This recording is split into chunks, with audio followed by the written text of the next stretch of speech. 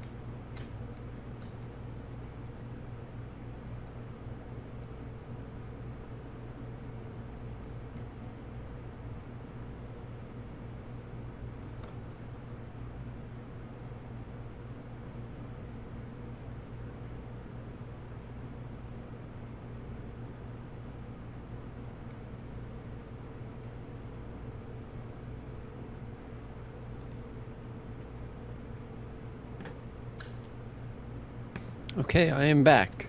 But I will have to bid you adieu in like 10 minutes for like 1 minute, and then I'll be back again. All right. Like, I have to check on something in 10 minutes. That's it. Well, okay. But otherwise, I'm ready. All right. Well, shoot. Um, Well, reload. That's all I got. what? You said we'll shoot, and I said we'll reload. Oh. Heh heh heh heh heh. Heh.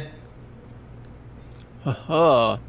Anyway, Oh. I have Doom Hell on Earth by David Ab Hughes and Bradlina Weaver, based on Doom from id Software, a novel. There's a blurb on the back that reads Doom, Hell on Earth. They were creatures seemingly spawned straight from the pits of hell. Demons, zombies, fire-breathing imps, all too horrifically close to the stuff of nightmare to be real. But they were. And on the inhospitable moons of Mars, Corporal Flynn Fly Taggart, Earth's last line of defense against a seemingly inexhaustible supply of alien warriors, beat them back almost single-handedly. But Taggart discovers that the war had barely begun, for while he was fighting them on Mars, the hellish creatures had established a beachhead on Earth itself. Now, with the aid of 14-year-old female computer genius and unrepentantly Mormon sniper, and the best soldier in this woman's army, Fly Taggart must defeat the invaders and their treacherous human allies yet again. I don't know what the heck. Okay. Yeah. Well, huh. That's the selling point. Okay, well, regardless which one of us begins reading this, due to my poorly formatted version, I'm going to have to ask you to read through the beginning part up to a certain point because I can't really decipher what's going on in my copy. You know what? I'll just send you a picture. All right. An incredibly zoomed in picture, but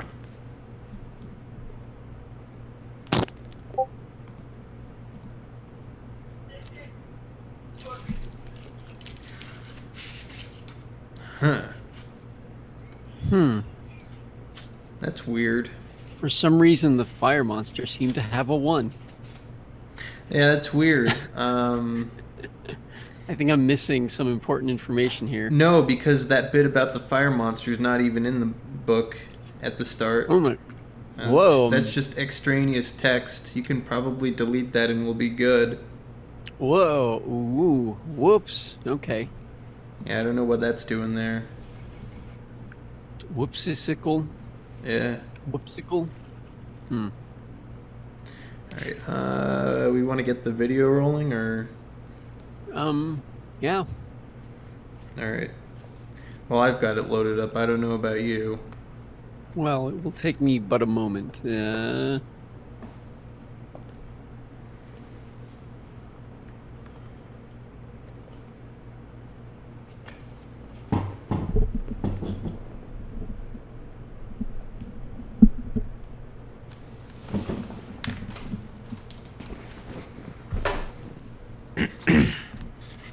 Excellent. I am ready to roll. All right. Go. Okie dokie. Okay. 3, 2, 1. Wait. What?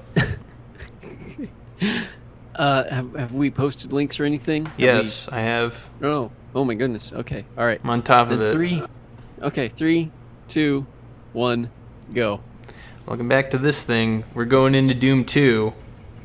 Yeah. The first ever console rendition of the Doom 2 levels. It's great because I love Doom 2 and PlayStation Doom's pretty sick. Whoa. Man, this is kind of strange. Glass, Yeah. dude. Ah. I can't say for sure. No, that was the Jaguar port where I gibbed a zombie with a chainsaw. So Yeah. The only good thing to come out of it. Yeah. I don't know if the same team who optimized the original Doom 1 set also optimized the Doom 2 set, because, well, I mean, I don't really know anything about the Doom 2 levels except that they exist for the PlayStation port and not many other ports. I mean, yeah, power up PlayStation, baby. Yeah. That's all I got. PlayStation excels at what a 3DO ain't. Uh, hmm. Look, Sure. these 90s marketing slogans are really hard to come up with.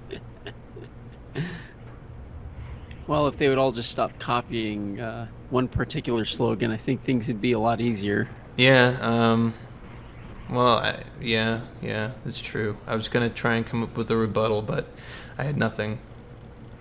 Pretty much.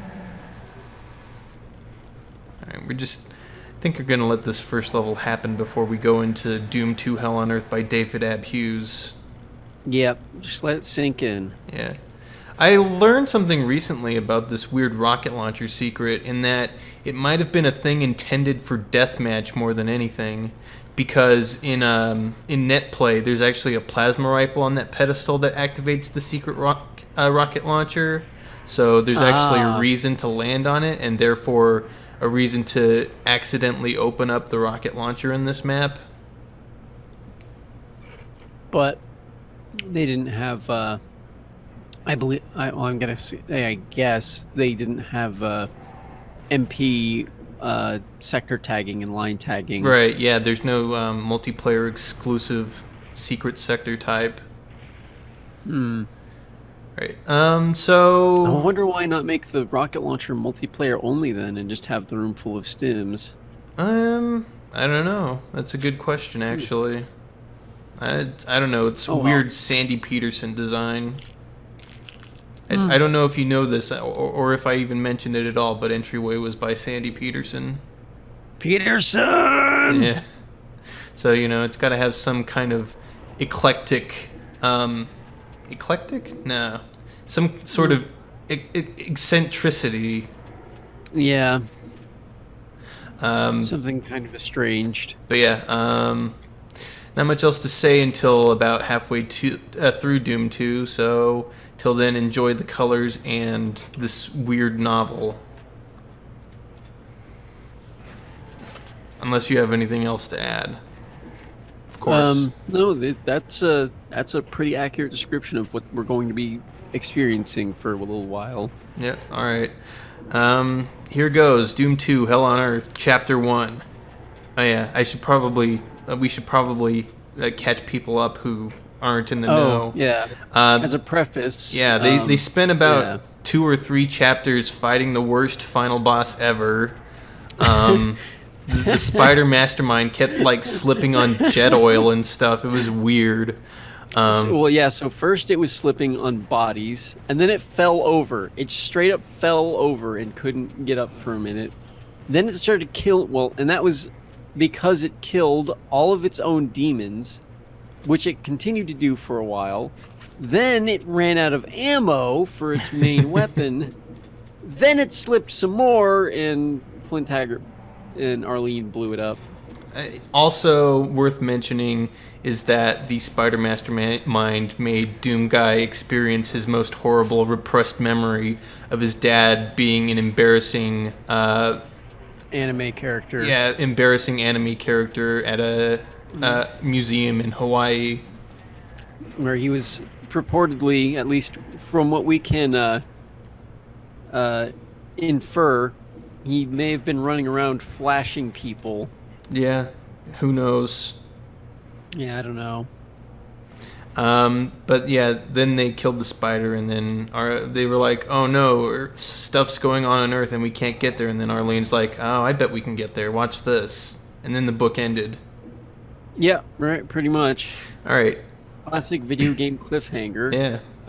I know how we can stop the bad guys. Credit roll. Yeah, there you go. Anyway, Chapter 1. As we hit the roof of Deimos, I looked up. The pressure dome was cracked. Of course. That made sense, the way things had been going. Next thing you knew, 1,000-year-old Martians would come along and wink us out of existence. Fly Taggart stared at the crack, and his eyes bugged out like a frog. I wish he knew a bit more physics. If I didn't have one complaint about Fly, it's that he doesn't hold with higher education. The crack was small, and I could see it wasn't going to leak all the air out of the dome in the next few minutes. Days more like. Days or even weeks. It's a big facility. Then I looked... Okay, so real quickly, I want to interrupt and just note that I believe we're actually in the perspective of Arlene Sanders this time, I was gonna say we're not first person Doom anymore. We're first person Arlene. Yeah, Doomette, if you will. Yep.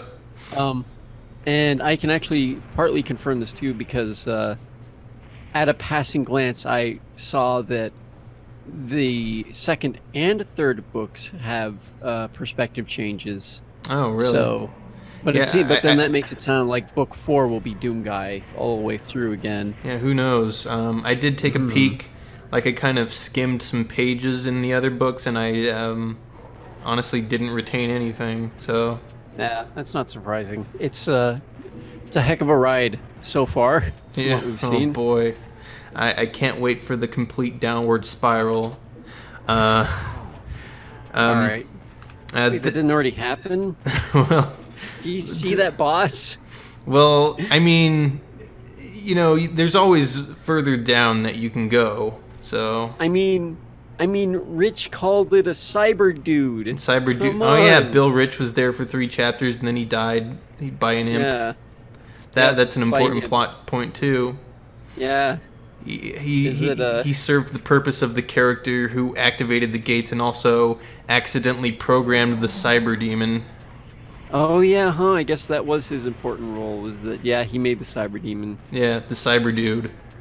So the cyber dude. Yeah, the cyber dude's basically a repurposed ore crusher.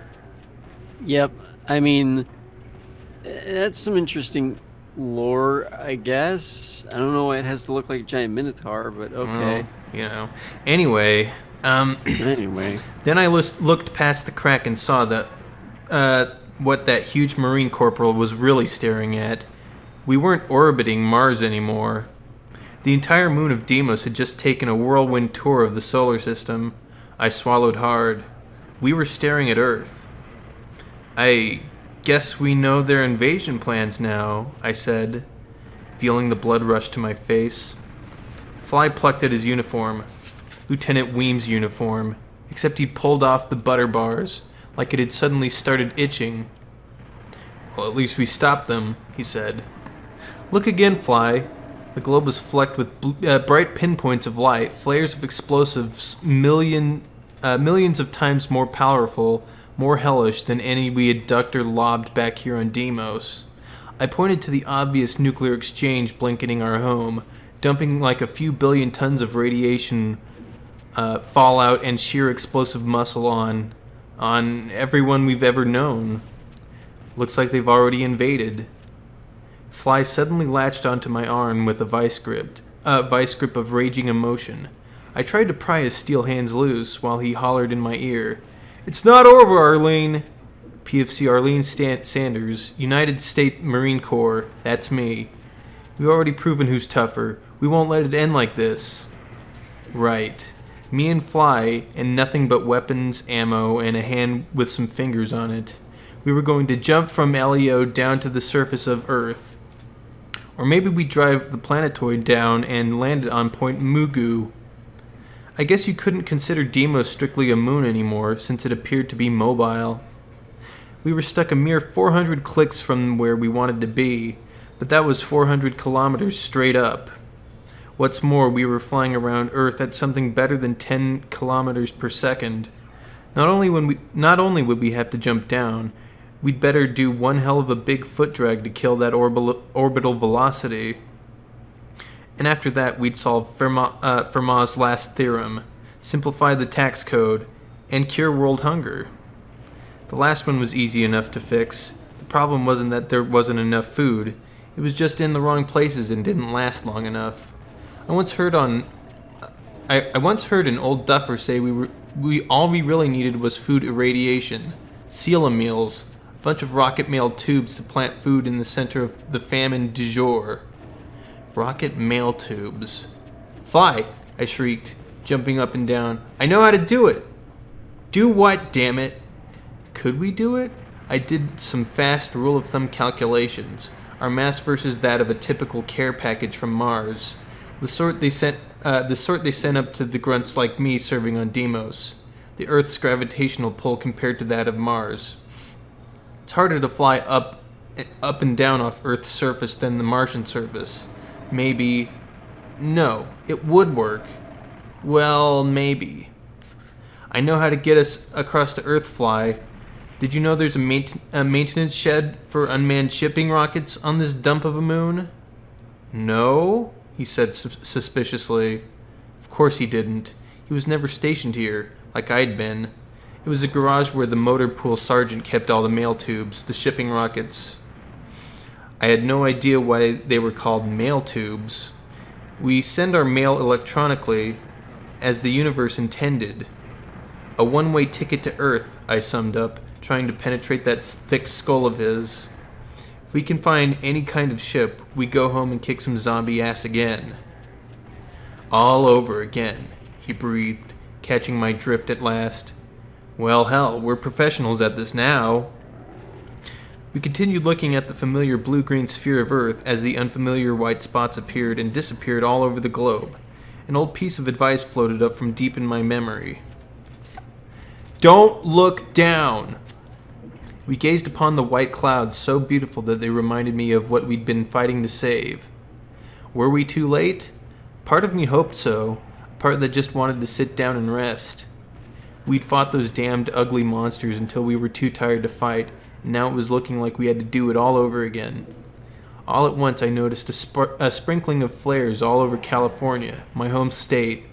Oh God, Fly, I said, my stomach contracting. Yeah, terrible. Jesus, couldn't my best bud think of anything stronger to say when Armageddon came to your hometown? I shook my head. You don't understand. That's not what I meant. I mean, I don't feel anything. I trembled as I spoke. Fly put his arm around me. Well, that was more like it. It's all right, he mumbled. It's not what you think. There's nothing wrong with you. After what you've been through, you're just numb. Your brain is tired. I let my head rest on his shoulder. So my mind is coming loose. What about body and soul? Right then and there, I decided we needed a new word to describe the state after you've reached exhaustion but had to keep going on automatic pilot. Wherever that state was, Fly and I had been there a long, long time. Right, Chapter 2. What? Hold on a second. I put my arm around Arlene's shoulders, hoping she would understand it meant nothing but friendship. Oh, don't be silly, Fly. Of course she understands. Where to begin? I was born at an early age in a log cabin. I helped my father build. I grew up, joined the United States Marine Corps, went to fight the Scythe of Glory, communist leftovers in Kafiristan, punched out the CO, and was banged up in the brig and sent to Mars with the rest of my jarhead buddies. We upshipped Phobos, one of the moons of Mars. Well, now the only moon of Mars, and discovered a boatload of aliens had invaded through the used-to-be-dormant gates. Long-range teleporters from where? From another planet? God knows where. Arlene and I battled our way into the depths of the Phobos facility of the Union Aerospace Corporation, who started the whole invasion, turns out, by monkeying with the gates in the first place. It all rolled downhill from there. We ended up on Deimos somehow, and I'm still not sure how that happened, and duked our way up one side and down the other, killing more types of monsters than you can shake a 12-gauge at. Finally ending up in a hyperspace tunnel. You'll have to ask Arlene Sanders, Exhibit A, the gal to my left, to explain what that is. But when we finally killed everything worth killing, we lucked into stopping the invasion cold. See previous report from the front for full details.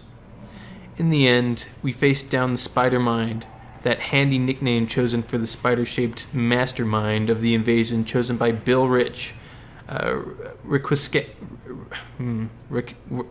in Pace, a computer's genius who helped us at the cost of his own life. Right before defeating the Spider-Mind, I'd thought there was nothing left in me.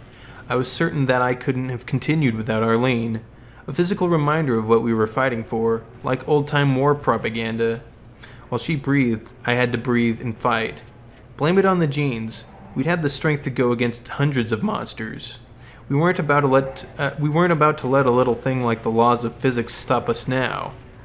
Arlene couldn't stop looking at California, so I gently led her away from the site. You know, Arlene, I feel really stupid that I didn't think of the shed, especially after using rocket fuel to fry the friggin' spider. She blinked her eyes and rubbed them. I could tell she was trying not to cry. That's why you need me, Flynn Peter Taggart. Whoa. So we went spaceship shopping. Of course, there was the little matter of adding to our personal armaments. We hadn't seen any monsters for a while. Maybe we neutralized all of them. But I wasn't about to count on it. Once I asked why I don't like to go out on the street without being armed, I told Arlene. Must have been an idiot, came the terse reply. She'd regained her self-control, but she was acting defensive. We were good friends, but that made it easier for her to be embarrassed in front of me. No, I wouldn't call her that, I continued.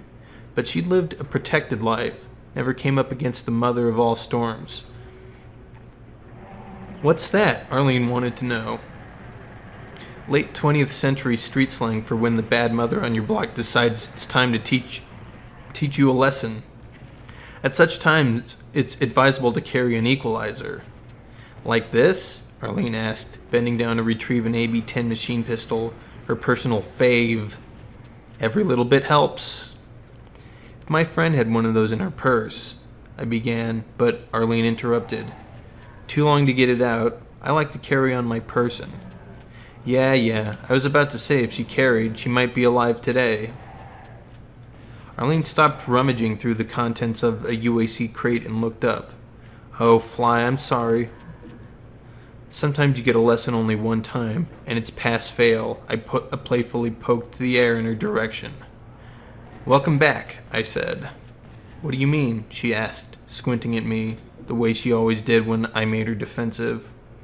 You can feel again, dear. Oh, she said, her body becoming more relaxed. You're right, one person means something. Well, sometimes, if there aren't too many one persons. One's real. There's the body on the floor. 1,000,000 is just a statistic, no matter how much screaming the professional mourner does. She punched the air back at me, and she smiled. We didn't talk for a little while. We continued gathering goodies en route to the shed. It didn't take long to locate. The good news was that it was still large and apparently well stocked. It would take days to go through all the crates and boxes, but if the labels on the outside were accurate, we discovered a much larger inventory of parts than I would have imagined necessary for demo space. The bad news was a complete absence of ships in any state of assembly. There was nothing to fly. Well, geez, I thought it was a great idea, said Arlene. Too bad it flopped. Somehow it seemed immoral to give up hope while standing inside Santa's workshop. I began examining some of the boxes while Arlene kicked one across the room, but that didn't bother me. She was never meant for the modern age she was born into. She'd have been more homey as a freebooter in the days of Blood and Iron, when one physically competent woman did enough in her lifetime to breed legends of lost Amazonian races of warrior queens. She had guts. She had cold steel will. She didn't have patience, but what the hell? I didn't think I would face death as well as she. I'd go down in a very non-stoic way, kicking death in the groin if I could only line up my shot. I looked inside those boxes, big ones, little ones, all kinds of in-between ones, and an idea grew in my head, a few words slipping out. I wonder if it still might be possible to seize the objective, I muttered. Arlene heard too. Huh? What do you mean, seize the objective? I was only half listening. The little voice in the back of my head drowned her out with some really crazy stuff. It seems ridiculous, AS, but this could work.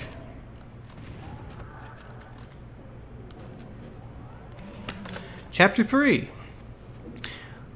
The stoic qualities of Arlene Sanders were better suited to facing death than being irritated by her old buddy. Fly, what the hell are you talking about? She stumped to where I was going through a box of thin metal cylinders, perfect for the project growing inside my head. Yes, I said, it really could work. Using the special tone of voice normally reserved for dealing with mentally deficient children and drunken sailors, she said, Tell me, what in God's name are you on about, Fly? I lifted my head from the box. When I was a kid, I wanted a car real bad. I mean real bad. Real bad. Here we go down memory lane, she said with a shrug. See, I couldn't afford the car, I said, but I wanted one. Real bad? I mean, I'd taken anything with wheels and a transmission. If I couldn't have a 6, I'd settle for 4, 3, anything. But no matter how much I lowered expectations, I still couldn't afford a vehicle. Is this going somewhere, Fly, or do I need to hitchhike back home to Mother? That's exactly right, I said. I'm talking about transportation. I couldn't afford a car, but I could afford a spare part now and then, and you know how this ended up? She put her hands on her hips, head tilted to the side, and said, Let me guess. You collected spare parts and collected, and finally you were able to build your own F-20. Or was it an aircraft carrier? Amphibious landing craft? I ignored her. I built myself a car. Had a few problems, no brakes exactly, but it ran. And what a powerful sound that baby made when she turned over. Arlene finally saw where I was headed.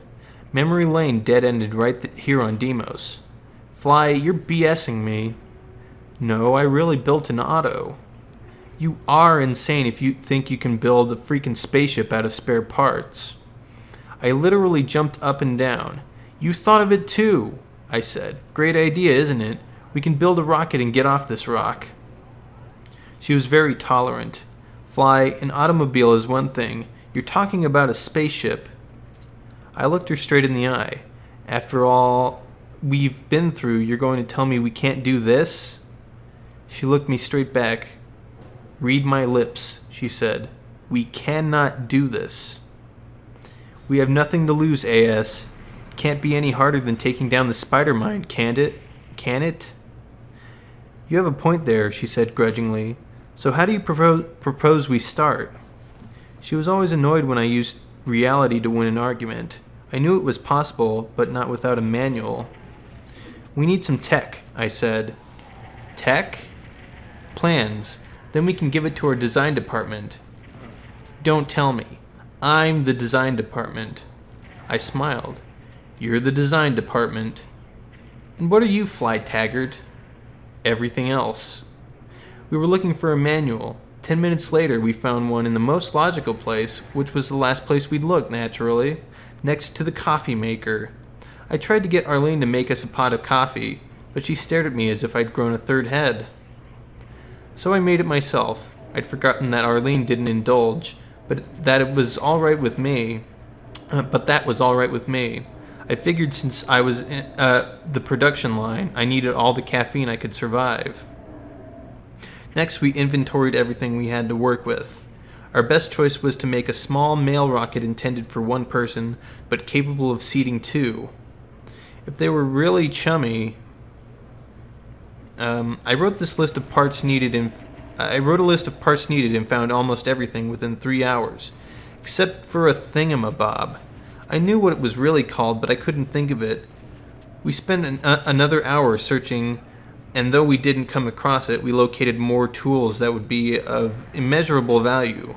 A screwdriver, a drill bit, a magnifying glass, and a paper punch. Enough for now, said Arlene. I'm sure the thingamabob will show up before we finish. We better get started. I have no idea how fast the air is leaking from the dome. We might have a month. We might have a couple of days. I wasn't going to argue with an optimistic Arlene. Hell, I'd hardly ever argued with the pessimistic one. We haven't looked under all the tarps, I said. And there are other rooms to check, too.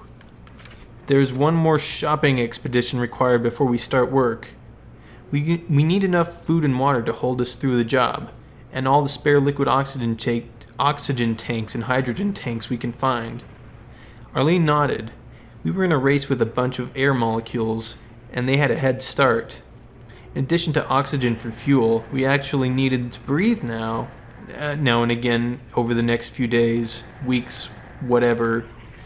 It would be cruel fate indeed if I screwed the last bolt and hammered the final wing nut, only to keel over from oxygen deprivation. My brain was working overtime now.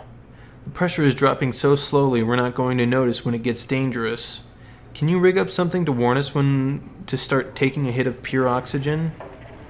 And regulate how much we should take. Yeah, it's a space station, and I don't think I'll have much trouble finding an air pressure sensor and rebreather kit. She pulled a gouge pad out of her shirt pocket and started taking notes. She thought of something I had missed. I'll look for warm clothes too, Fly. The temperature will drop as we lose pressure. Won't the sun warm us? We're no farther away than Earth itself. We're underground.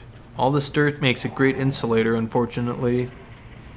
First day, we were good scouts, gathering supplies for our merit badge in survival.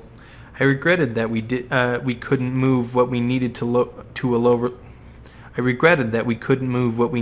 lower level and seal off one compartment. That would stretch survival by another month, but hauling the tons of material we'd need to build a rocket was impossible. Arlene scrounged a generous supply of food, most of it produced under the dome with considerable help from the genetics department. After watching the monsters produced assembly line out of the vat, I hesitated even to eat our own human experiments in recombinant DNA, veggies and lab gowns, meat. But Arlene wasn't queasy. She preferred the Demos-grown peas and carrots to the real delicacy, frozen asparagus from Earth. I despise asparagus, she insisted. Alright, so I hate okra. The slimy stuff was one of my childhood loathings. On the second day, we ran head-on into our first lesson in Spaceship Construction 101, namely, translating the manual from techie talk into English. Here, what should we make of this?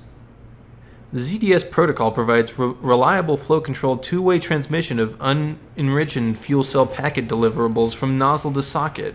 It is a plasma stream, or packet stream, SOC fuel packet protocol. ZDS uses Union Aerospace Corporation double-sequencing directed stream format. This format provides for nozzle, spray, and extern spray socket specification. Note, see definition for ZDS redirect in section 38.12. Active or passive. Sockets utilizing the ZDS protocol are either active or passive. Nozzle processes must be directed into passive external spray sockets. They detect for connection requests from deliverable processes residing on the same or other nodes of the fuel cell packed with a packet path. Socket processes broadcast request for active directed spray nozzles. They sidestep nominal delivery in favor of reverse-directed acknowledging packet streams. All connections between nozzles and sockets must be set to default active or passive protocol depending on the anticipated fuel cell path delivery process. Warning: failure to follow UAC active-passive nozzle socket connection protocols may result in unanticipated fuel cell path combustion with undesirable results. I could translate the final wording pretty well. If we didn't figure out what the hell they meant by active-passive nozzle socket connection protocols, Arlene and I would become another rather spectacular fireworks display. Arlene was better at figuring it out than I was. She had actually taken engineering night courses during her shore tours. I volunteered the use of my hands and a strong back if she'd turn the technical gobbledygook into some kind of instructions a Marine can follow. Put this here. Tighten that bolt, Marine. Yeah, just like you to have the woman do all the hard work, she said. Just remind me to clean the carburetor before I work on the piston valves. It's not a car, you moron. Huh, I guess in space no one can hear you make metaphors. Amazingly, she didn't shoot me. Unfortunately, the rockets used by the Deimos facility, hence all the spare parts, were short-hop, lightweight supply rockets, never intended to carry a single human being, let alone two of us, and never intended to fight gravity well like Earth's. There were a couple large-bore rocket casings left over from God knows when, back before we had the MDM-44 plasma motors developed by Union Aerospace, and this was the key. I figured I could hot rod a 44 into a bigger cousin, cram it into one of those old casings, and have enough juice to fling us off Deimos, burn into the atmosphere, and break to a messy landing somewhere on Earth. My main goal was to keep from blowing us up. After frying our Spider Baby in JP9 jet fuel, I had a new respect for this stuff. It beat the hell out of salad oil. Arlene squatted on an uncomfortable stool, translating technical paragraphs into something I could understand. My optimist projection was to finish the task in 10 days. Reality dragged ass. Starting our third week, we ran into the first serious problem. Trying to jerry-rig parts we couldn't find into configurations we couldn't figure out was a bitch, and I insisted we needed to test fire the motor when I finally got a working model. We didn't have much time, but the motor was life and death, a must test. We'd spent 2 days painfully assembling it, and I do mean we. Arlene enjoyed an excuse to get off her stool. Besides, it was a two-man job. We finally ended up with a sleek beauty 2 meters long and 1 meter in diameter. Almost small enough to fit inside the old model rocket skin. Just a few odd pieces here and there where I thought I could supercharge the system, or where I couldn't find the correct part and had to substitute butter for eggs. A pair of start cables snaked into the machine from 10 feet away, where a switch box was connected to 27 50-volt NiCad batteries. I'd spent half a day welding steel bars together into a framework, kind of approximating interior scaffolding in the mail tube. We bolted the motor inside, mooring it securely to the deck plates. Last, I attached a highly sensitive pressure sensor to the forward edge to measure the thrust. I'd trust Arlene to make the calculations and tell me whether we would make it into orbit or not. Want to say a prayer? She asked before I switched it on. Yeah, I wasn't always in trouble with the nuns. Maybe I could collect on a few good deeds. Arlene stationed herself behind a bulkhead. I reached over and flipped the switch, then dived behind cover. Superheated gases rushed out the back with a tremendous roar, and I could tell immediately it was too much force. I tweaked my rocket engine too good. But I couldn't switch it off. It was just a model designed to burn until the fuel was gone. No cutoff valve. The scaffolding strained, groaned like a dying steam demon. Whoops. Remind me later and I knew... Let's try that again. The scaffolding strained, groaning like a dying steam demon. Whoops, remind me later. And I knew what was about to happen. Get your head down, I screamed. No use. She couldn't hear anything over the roar of the engine and the scream of the steel twisting and ripping free. The mooring tore loose with a horrible grinding noise that for an instant even drowned out the 44.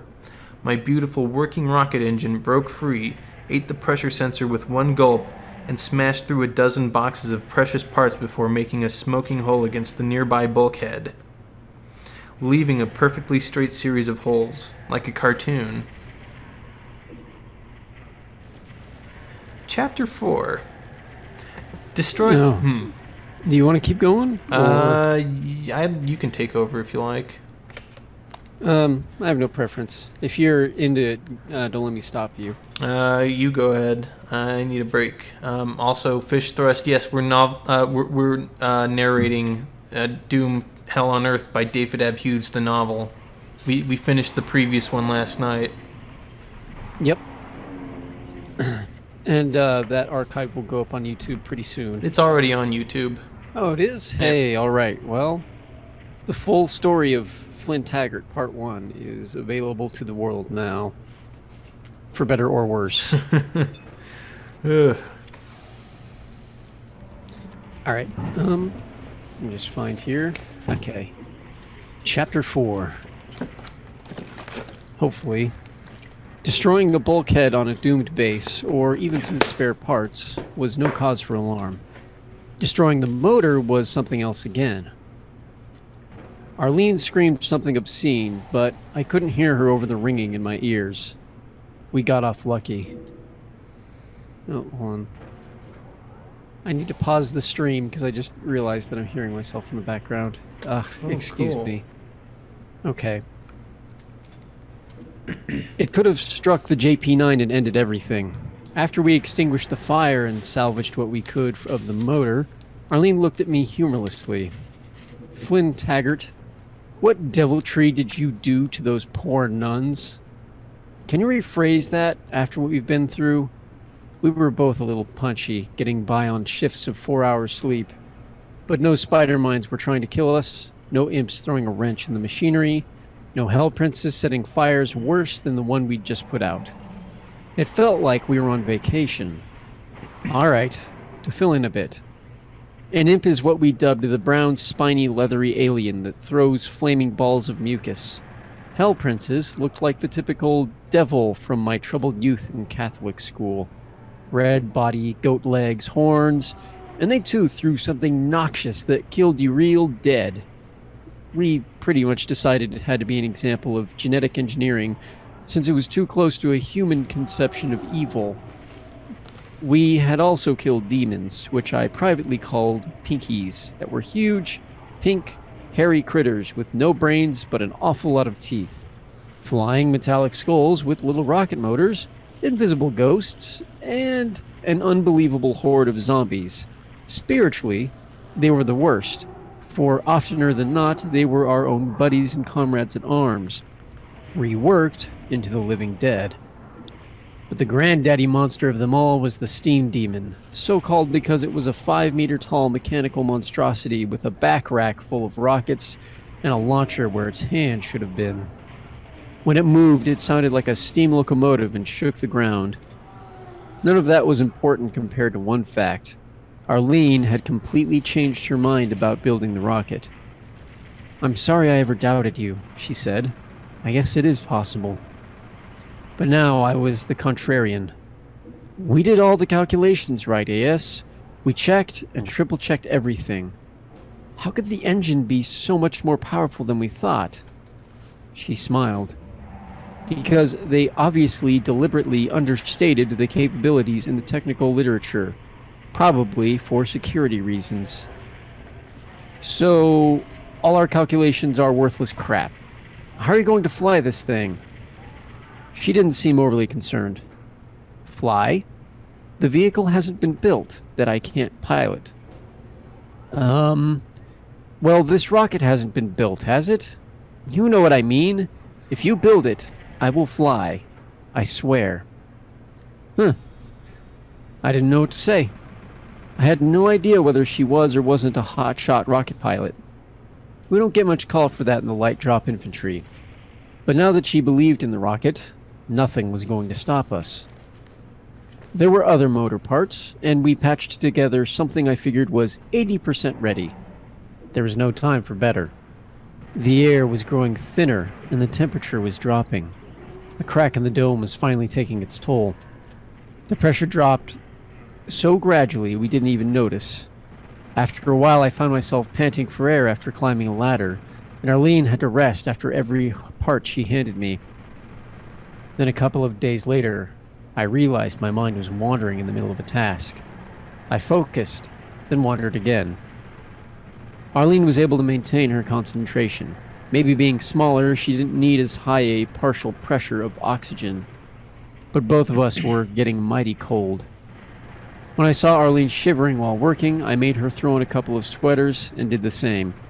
We wore gloves, except that I kept removing mine because it interfered with the work. Then my hands would turn to ice, and I'd put them back on to warm up before taking another stab at attaching the fine filaments that ran microvolts to the plasma globules. Suddenly, the air pressure sensor started screaming its fool head off. Arlene and I exchanged a worried glance, but we didn't need to be told twice. It was time to start hitting the raw stuff. Oh, too neat. We took hits off the same oxygen bottle, trying to limit ourselves to a few breaths every hour or so, or when we started to get dizzy or goofy. But we just didn't have that much bottled oxygen. Uncle Sugar packed a lot of air into a single bottle, but even so, at the slow pace we used it, we'd run out of breathing oxygen in just a few more days. We had more bottles, but we needed them for fuel mixing, and of course, we'd need to breathe more frequently as the pressure dropped, paradoxically. It was dropping slower now since there was less pressure in the dome to push the air out. We stretched the bottles as long as we could, but they ran out while there was still plenty of work left. I'd done mountain climbing in my native Colorado before joining the Corps. As the air grew thinner, I tried to help Arlene deal with it. "Breathe shallowly," I said. "Rest, and don't talk except for the job." The physical exertion wasn't any less, though. We'd have to stop frequently, gasping and panting. We tired easily and needed more sleep, but stayed on the 4-hour rotations, creating a cycle of exhaustion we couldn't break. But sleeping longer would just make the job longer, and the pressure would drop lower in the meantime. Low pressure is insidious.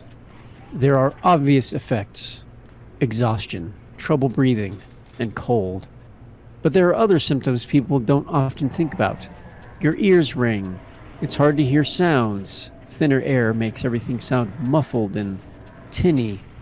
And worst of all, your mind can't start to go. Our brains are built for a certain barometric pressure, and if it's too high or too low, we start getting strange. Or, in Arlene's case, hallucinogenic. "Pumpkin!" she suddenly screamed, waking me after 2 hours of my allotted 4. She grabbed a pump-action riot gun and pounded a shot over my head, so close it made my skull vibrate. Pumpkin was our name for the horrible floating alien heads. Mechanical, I think, that vomited ball lightning capable of frying you at 50 paces. I threw myself off the table we used as a bed, figuring the vacation was over. The aliens had found us at last. But when I dropped to my knees, Sig Sauer rifle at the ready, all I saw was the dark hole in the wall left by my overly enthusiastic motor test of a week ago. Arlene ran down the passageway ahead of me, firing wildly. Firing at nothing. But those bastard alien demons could be fast. I had no reason to doubt my buddy as I joined her, ready to do what we'd done countless times during our assault on Phobos, Deimos, and the tunnel. Then she ran straight into the bulkhead like it wasn't there, and I suddenly realized something was seriously wrong with her. She knocked herself out. I couldn't look after her then. I had to make sure about the pumpkin. Knuckling the residue of sleep from my bloodshot eyes, I ran like a mother down the corridor, eyes left, right. Not wasting a shot, but ready for the enemy. For an instant, I thought I saw a flying globe, and almost squeezed off a shot, too. But it was a trick of peripheral vision. Just a flash of my own shadow. A cul-de-sac at the end of the corridor finally convinced me that there was no freaking pumpkin. I stood for a moment, desperately trying to get non-existent air into my burning lungs. Then I returned to Arlene, who groaned and panted as she started coming to. "Pal, honey, I hate to do this, but I've got to relieve you of your weapon." She stared uncomprehendingly. "There was no pumpkin," I explained. "You're suffering from low-pressure psychosis." "Oh, Jesus," she said quietly. She understood. Sadly, she handed over the scattergun and her AB-10 machine pistol. I felt like the bottom of my boots after walking through the green sludge. You don't relieve a Marine of his weapon. Not ever. By doing so, I just effectively demoted her to civilian. And the worst part was, even she realized now that she'd been hallucinating. She was crying when we walked slowly back to the vehicle assembly room, aka the hangar. I'd never seen Arlene cry before, except when she had to kill the reworked, reanimated body of her former lover, Dodd. "Hey," I said a few hours later, "can't we electrolyze water and get oxygen?" Arlene was silent for a moment, her lips moving. "Yes," she said, "but we'd only get a few breaths per liter, and we need the water too, Fly." "Oh." Not for the first time, I wish I knew more about engineering. I vowed to take classes when we made it back home. If there even was a back home anymore. I started having unpleasant dreams, so I didn't mind giving up more of my sleep allotment. It was always the same dream, actually. I loved roller coasters as a kid. They were the closest I could get to flying in those days. I lived only 5 miles away from a freestanding wood frame monster. I thought I would love nothing better until they built a tubular steel 8-loop super coaster. I'd never been afraid on the old roller coaster. With all the courage of an experienced 10-year-old, I'd sit in the car as it slowly reached the top, the horizon slanting off to my left, and pretend it was the rim of a planet and I was an astronaut. As it went over the top, plunging down a cliff of wood and metal, I made it a point of honor not to hold on to the crash bar. I was too grown up for that. I was always interested in how things were put together and how they worked. So I asked about the new roller coaster. A man who worked at the amusement park told me stuff he wasn't supposed to say, stuff he knew nothing about how the forces generated could snap a human neck like rotten cordwood, how the auxiliary chain that gave the car acceleration had a lot of extra strain on it for an 8-loop ride. As I started up the first hill of the new ride, I thought about what I'd learned. I didn't know it was all bogus crap made up to impress a 10-year-old. The first loop, I worried about centrifugal force snapping my neck. The second loop, I sweated over velocity tearing me out of my seat. The third loop, I fixated on the damned chain coming loose. And the fourth loop was reserved for a 10-year-old having ulcers over the gear stripping. And then I threw up. Not a good thing to do when you're upside down. I wonder if that bastard ever knew what damage his misinformation caused. As I grew up, I learned how real knowledge could banish fear. You play the odds. You focus on the job at hand. You don't want to mess up. The childhood trauma was behind me, until it came back now on Deimos as I tried to grab a little sleep. Instead of rest, I was back on that 8-loop metal monster, and now it turned into the arms and legs of a steam demon. When the creature screamed at me and raised its missile arm, I would always wake up. So I didn't even have the pleasure of fighting or dying. I didn't worry about my stupid dreams, though. It sure beat fighting the real thing. Besides, I was getting off easy compared to Arlene. I knew things were bad when I tried to wake her up and she stared with unblinking eyes, not seeing a damned thing. I realized she was still asleep. I read somewhere that it's risky to wake a person from a trance state. I didn't require medical training to know Arlene was somnambulist city. Okay. Somnambulist. There wasn't... Huh? Somnambulist. Thank you. There wasn't time to go hunting for a medical library. A quick check of medical supplies produced a law book wedged between the surgical bandages and antibiotics. I had to laugh. A text on medical malpractice had made it all the way to a Martian moon, and now, by way of a hyperspace tunnel, had almost returned to Earth. I wasn't laughing as I returned to Arlene. She walked in her sleep, striking at the air in front of her. "Get away," she said to phantoms only she could see. "I won't leave you. I'll stay. I'll stay." If I shouldn't wake her, there seemed no Chapter reason I 5, by shouldn't the try to way. communicate.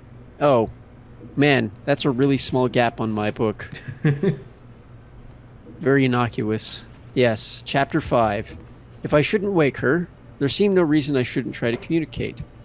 "Arlene, can you hear me?" "Quiet," she said. "I don't want Fly to hear you. He's depending on me." "Why don't you want him to know about me?" I asked. "Because you're evil," she said with conviction. "You're all evil, you bastards." She walked slowly down the corridor. So long as she wasn't in danger of hurting herself, I saw no reason to shock her out of it. "Why are we bad?" You scare me. You make my brother do bad things. Up to that point, I did not know that Arlene even had a brother. It was weird. I thought we'd known everything about each other's family life. She talked about her parents and growing up in Los Angeles all the time. I was uncomfortable pursuing the matter, but I rationalized away my moral qualms and decided to play out the hand. Who are we? I asked again. She swayed drunkenly, delivering a monologue like those weird old plays from previous centuries. Bad things in the air, in the night, making my brother crazy. He'd never do bad things except for you. I thought I'd never see you again. But why'd you follow me into space, to Mars, to Deimos? When I grew up, I thought you were real, but now I know better. You followed me, but I won't let you get back inside me. Not inside! When Arlene had kidded me about going down memory lane, I took it in good humor. But if we were going to have to relive all the bad stuff from our childhood as the air leaked away, I was good and ready to say goodbye to Deimos now, rocket or no rocket, instead of later. In the meantime, what was I going to do about Arlene? I couldn't let her wander the corridors arguing with ghosts from her childhood. With time short and no way to send to Earth for a correspondence course in psychology, I went with common sense. Arlene, we'll make a deal with you, I said. We'll stop bothering you and let you get back to Fly. In exchange for what? She wanted to know, quite reasonably. Because we've moved back to Earth, and you can't touch us there. Fly and I are building a ship to take us to Earth. Ha! We don't believe you two will get anywhere near us. You'll be stuck on Deimos forever. That's a lie, she snapped, and stopped walking. We'll fight you again. She stared right at me. We're not afraid of your little genetic stupid men. Big words, I said. She came right at me, fist raised, and started hitting me. As I fended off her blows, not too difficult considering the difference in reach, I yelled, "Hang on, Arlene. I'm coming to help you. This is Fly. Fly!" As I say, I never took any courses in psychology, but I acted in school plays. And to steal a phrase, it doesn't take a rocket scientist to go with the flow. I gave myself a magna cum laude graduation as her eyes came into focus and she recognized me. Fly? What happened? We've been fighting monsters again. She looked around the empty corridor and then back to me. I didn't have to spell it out. How much longer can we take this? Not a second longer than we have to. Arlene started seeing weird colors after that. Auras, shadows, and things she wouldn't tell me at first. Sometimes she would put the tech documents down, sitting quietly with her eyes shut until the colors went away. It scared me plenty, but it terrified her. She was losing her mind and she knew it. So when I told her the engine was 80% finished, Arlene urged, "Fly, forget the other 20%. It's done. Let's blow this popcorn stand." I had to be honest. And yes, there are still a few systems I don't think are in really good shape. We can't wait. We've taken chances with worse odds than that the whole time we've been on this rock. Fly. I stopped being able to see color vision this morning. All I can see is gray, except when I hallucinate a rainbow-colored aura, and my peripheral vision is shot. She paused, licking her lips. And Fly, there's something else. She came close and spoke softly, seriously. I want to confess something to you, Fly. What would your nuns think of that? For the first time, I'm really afraid. I'm afraid I might kill you, thinking you're one of the monsters. I couldn't stand that. A little voice in the back of my head had whispered that possibility when she first imagined the pumpkin. It was a chance I was willing to take. Even so, I was glad she, not I, stated the danger loud and clear. I sped up preparations, insisting that Arlene sleep whenever possible. The air and pressure problems were getting to me as well, but I handled them better than Arlene. Of course, the problem with oxygen starvation is that you are not the best judge of your own reason. But the best chance for both of us was to finish the rocket. And we were close, tantalizingly close. I suddenly got the creepy crawlies. I recognized the symptom. I was picking up the same psychosis as Arlene. All right, I acquiesced. We go into the next few hours. We have a chance, I guess. 80% is 80 points better than 0. We got busy. We drank water. We ate a last good meal of biscuits, cheese, fruit, and nuts.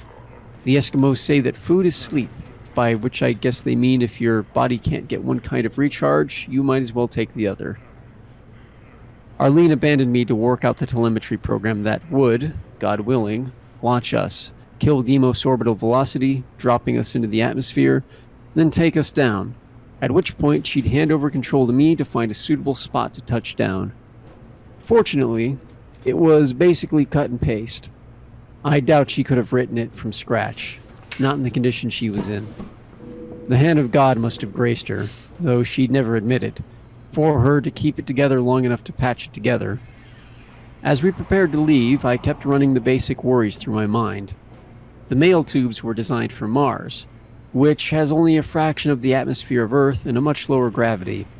The specific impulse developed by the rockets might not be enough to overcome Earth's gravity as we spilled velocity and tried to land. On the other hand, the thick atmosphere might cause so much friction that our little ship would burn up. The launcher was a superconducting railgun. Reminded me of 8-Loop Wonder at the amusement park back in Midwest. This time I hoped I wouldn't throw up. At least this piece of equipment didn't have an auxiliary chain, so what was there to worry about? I grunted the launcher around to point opposite Deimos' orbital path. The rocket controls were simple to operate, thank God.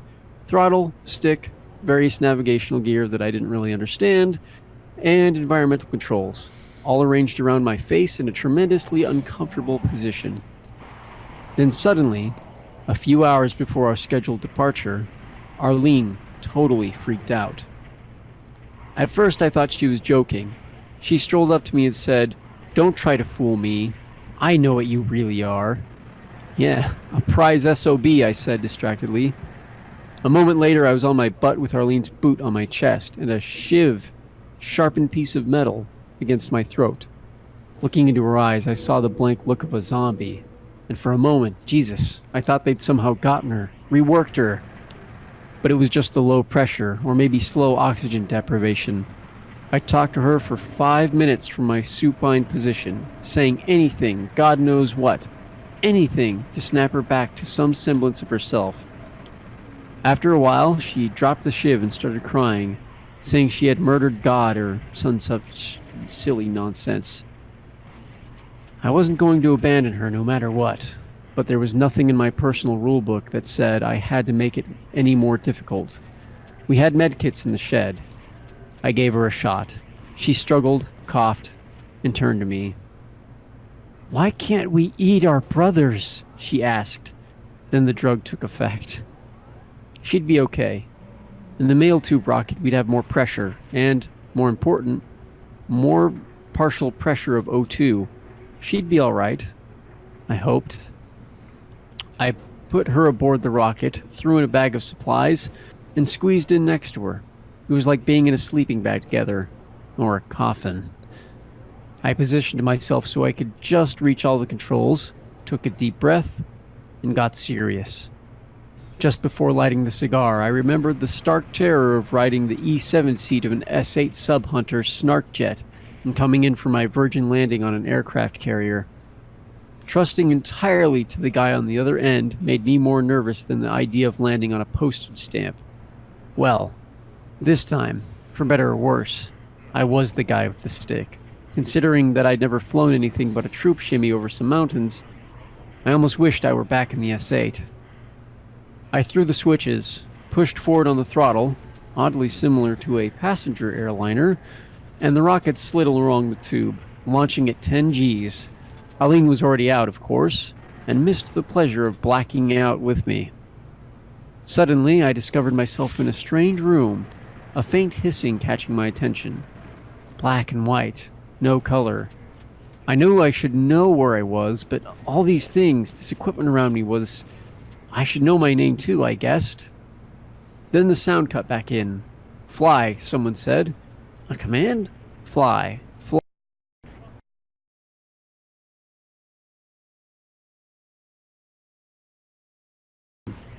Then I saw color and recognized the jerry-rigged, blinking lights and liquid crystal displays of the mail tube. I'd installed them myself. The mail doesn't need to see where it's going, but we did. Through the slit of a view screen, I saw the deepest blue with faint cotton candy wisps, strings flashing past. I glanced at the altimeter. Much too high for clouds. Ionized gas? Then something socked me in the face like a 10mm shell, and agony exploded across my face. At first it was bilateral, then it focused right behind my eye. Balls, like God's own worst migraine. For a few seconds I thought my head literally was going to detonate. Then it faded as all the blood finally repressurized my cranial arteries and rebooted my brain. I looked at the chronometer. The entire blackout had lasted only 45 seconds. It could have been 45 years. A low groan announced Arlene's return to consciousness. "Fly," she moaned. "Good luck." I was too busy to say anything, but it was good having her back again. The calculations she'd already worked out for our glide path were okay, and I used the retros to get us on her highway. As we came in, the ride got bumpier and rougher. The interior of the little craft started heating up. Being so close together made us sweat all the faster. When it got over 50 degrees centigrade, beads of perspiration poured into my eyes, interfering with vision. But the temp continued to rise. The mail tubes are supposed to be insulated, but the skin on this one was built for Mars. In Earth atmosphere, we were being baked. The temp boiled up past 70 degrees, and I was gasping for air, every breath searing my lungs. My skin turned red, and I could barely hold the controls. Another minute, and we would be dead. Chapter 6. Sorry, just taking a drink.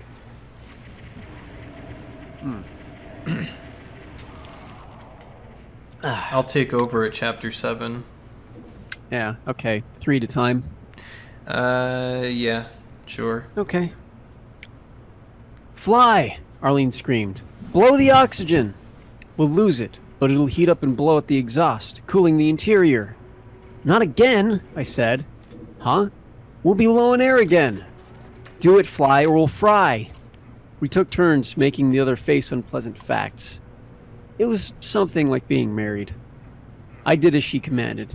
The cooling effect made a real difference. My brain was still on fire, but at least I could think again. "So what systems still aren't working?" she asked, next, still gasping from each searing breath. This seemed like an opportune moment to be completely honest. "Now that you mention it," I mentioned, "the only one I'm worried about is the landing system." What? Oh, Christ. Fly? Flynn, you forgot the landing gear. Oh, God. What are you doing? Ugh. What? The thingamabob would have come in useful God. for landing. What do they call it? Oh, yes, the aerial braking system. Fly! Flynn Taggart. He sighed, as did everybody else ever. If there had been more room in our little cocoon, she might have shrugged as well. "Bygones," she said. "Sorry for the trouble I caused." "Arlene, don't be ridiculous. I was having crazy dreams and was just about to go off the deep end myself. You just went first because you're smaller." It occurred to me that we were having more of a discussion than was wise under the circumstances. "So, how in the hell do we land this puppy?" No sooner were the words out of her mouth than Arlene started yawning. I figured we should try and set it down anywhere on dry land. Live or die, I wasn't in the mood for a swim. If we survived, we could get our bearings anywhere on Earth. Pick a destination, and then haul butt. We didn't have any time to waste. Thanks to our stunt with the oxygen, the O2 to CO2 ratio was dropping. I was in even less mood for us to become goofy from oxygen deprivation after watching Arlene go nuts before. Thanks, Mr. Disney, but I'm not going back on that ride. I had to explain this to Arlene, but she was asleep again, so I explained it to the Martian instead. He was a little green guy, about 3 feet high, and I was glad to see him. "About time one of you showed up," I said. "We always expected to see guys like you up here instead of all this medieval stuff." "Perfectly understandable," he said in the voice of W.C. Fields, which I don't know who that is, so Yeah, I don't know.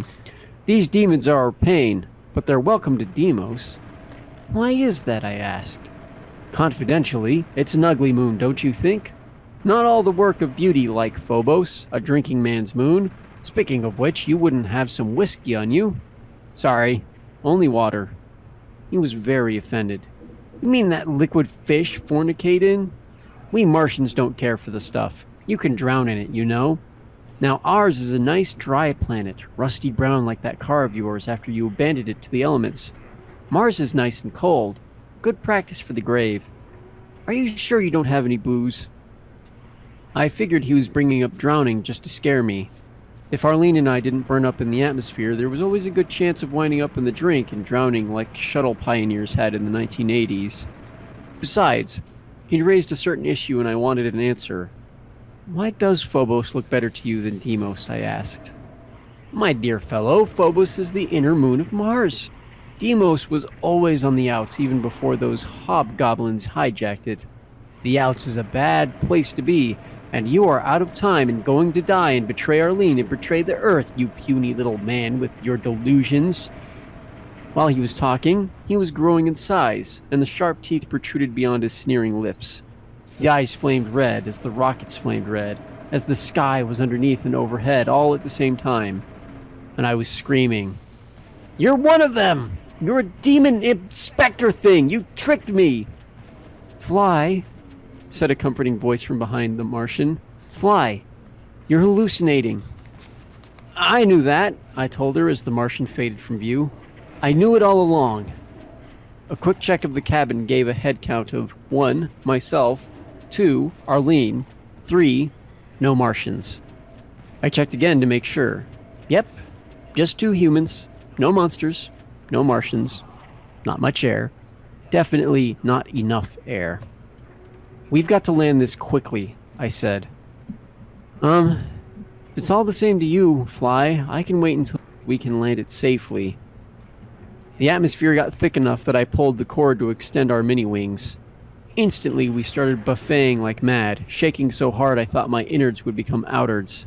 We rolled, pitched, yawed, triple threat, and it was all I could do to hang on to the ragged edge of Arlene's computer-projected glide path. The screen displayed a series of concentric squares that gave the illusion of flying through an infinite succession of squares, or of square wire hoops. So long as I kept inside them, I should go where she projected, somewhere in North America, she said. Even she wasn't sure where. But I kept cutting through the path, coloring outside the lines. I couldn't hold it. I'd yank on the stick and physically wrench us back through the wireframes and out the other side. They turned from red to black when I was briefly on the meatball. The best I could do was stay within spitting distance of my proper course, and, naturally, we were running too hot, much too fast. We were going to overshoot our mark, possibly straight into the Pacific Ocean. I barely hung on. Abandoning retros to guide our 2-man cruise missile by fins, air braking to spill as much excess velocity as possible. The ship started shaking. An old silver tooth filling started to ache. Arlene leaned back against the seat, muscles in her jaw tightening, eyes getting wider and wider. I think she was starting to appreciate the gravity of our situation. North America unwound beneath the window like a quilt airing out on a sunny day. We were over the Mississippi, sinking lower, falling west, descending fast. Then we entered a cloud bank. We weren't there very long. "I know where we are!" shouted Arlene's voice, her voice starting to sound funny from the breathing problem. "Placed it too." Huh? I placed it too. Oh, that's not... Yeah, that's cut off. Yeah. So I placed it too. We popped out of the cloud bank about 150 kilometers due west of Salt Lake City. The Bonneville salt flats were ideal for a landing. A vast, dry lake bed. Nothing to hit but dirt. Very hard dirt. But we had a chance. "Spill the fuel," she screamed right in my ear, straining against the buffeting. At least we were low enough that we could breathe. I yanked the lever, dumping what little JP-9 remained in the tanks. The cabin was getting hot again, the structure of the rocket shaking like we were in a Mixmaster. It was now or never. "Hold on!" I shouted, thinking how stupid it sounded, but needing to say something. Arlene screamed like a banshee. A much more insightful comment. We came down fast and hard, finally striking the ground at Mach 0.5. The ship shredded on impact, skipping like a rock on the waters of a salt-white lake. Then it rolled, and Arlene's elbow jammed into my side so hard it knocked the breath out of me. End over end we tumbled, and my brains, already fried, scrambled so I didn't know dirt from the sky. We shed bits and pieces from the ship, only the titanium frame was left, but still kept rolling. The ship finally skidded to a stop, on its side, with me underneath Arlene. For a good 5 minutes, felt like 5 hours, we lay silently, dazed, wondering if we had made it or not, waiting for the world to stop spinning. "Are you all right?" Arlene managed to ask. "I think we're alive," I said. The fuel was completely spent, which was just fine with me. No risk of fire or explosion. Now if we could just get out of the thing. Fortunately, the door on Arlene's side wasn't jammed. In fact, it wasn't even with us anymore. Arlene stumbled out, falling heavy with a grunt. I followed somewhat more gracefully, which was a switch. We'd suffered no injuries, thank God. Of course. I didn't want us to wind up sitting ducks. If aliens had taken over Utah, a belief held by one of my old nuns many years before the invasion, then we must be on our guard. Oh, jeez. Someone or something would come to find out what had just made a smoking hole in the salt lick. We took a moment to enjoy being alive and in one piece, enjoying the dusk in Utah, breathing the best air we'd tasted in months. Then we took inventory. The food and water came through, but the weapons were trashed. "You said we couldn't do it," she teased me. "Never listen to a pessimist," I answered, adding, "and the world is so full of them you might as well give up." She laughed as she playfully punched my arm, numbing me. Astonishingly, Arlene's GPS wrist locator was still working. That was one tough piece of equipment. I thought maybe I should buy stock in the company. Then I wondered whether any company still existed. Maybe the monsters had done what no government was able to do: end all commerce and starve the survivors. She sat cross-legged and fiddled with the thing, trying to get a fix on our exact position. The satellite should have responded immediately, spotting us within a meter or two. "Getting anything?" I asked, listening to the symphony of white noise coming off her arm. "Nada," she said. "I'll bet the sat is still up there, but the bad guys must have encrypted the signal. Maybe so humans can't use them in combat." "I wish they were all as dumb as the demons," I said. "Yeah, one spider mind goes a long way. But who cares, Fly? We've beaten the odds again. We're alive, damn it." She ran across the sand like a kid let loose at the beach. Then she gestured for me to join her. I ran over and grabbed at her. She threw me off balance and I took a tumble in the sand.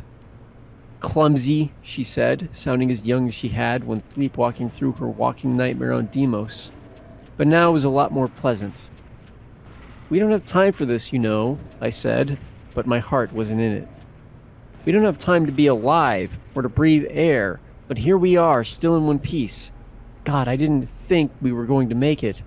We got down from orbit with nothing but spare parts, spit, and duct tape, and our bare hands. Ha!" "Frankly, my dear, I had my doubts," I admitted. I couldn't help running after her. She was right. We kept coming through stuff that should have killed us 20 times over. We weren't indestructible, but I was beginning to believe in something I'd always hated. Luck. People who accomplish nothing in their lives always attribute the success of everybody else to good luck, or knavery. I believe you know your own luck. Chance favors the prepared mind, but in combat there are too many random factors to calculate.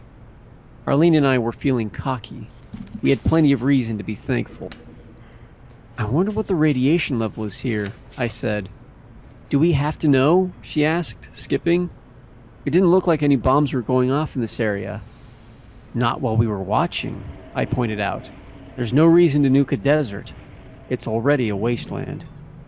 "You nuke military bases, Arlene. And don't forget the nuclear testing that's gone on in areas like this. Human wars, Fly. And human preparation for war. Besides, we don't know for certain we were seeing nuclear weapons going off. They could be some other kind of weapon without fallout. Makes it easier to take over later. Some of these beasties seem to thrive on radiation. She stopped playing in the sand and sat down. She didn't say anything at first as she poured sand out of her right boot, but then had an answer for me as she began unlacing her left one. The radiation levels on the base weren't healthy for humans, but they weren't anywhere near what you'd get from a full-scale nuclear exchange. The lady had a point. You're probably right. You can thank me for going to such lengths to bring us down in this location. Ha! She said. Pure luck. You brought us down where you could. Skill and perseverance, dear lady.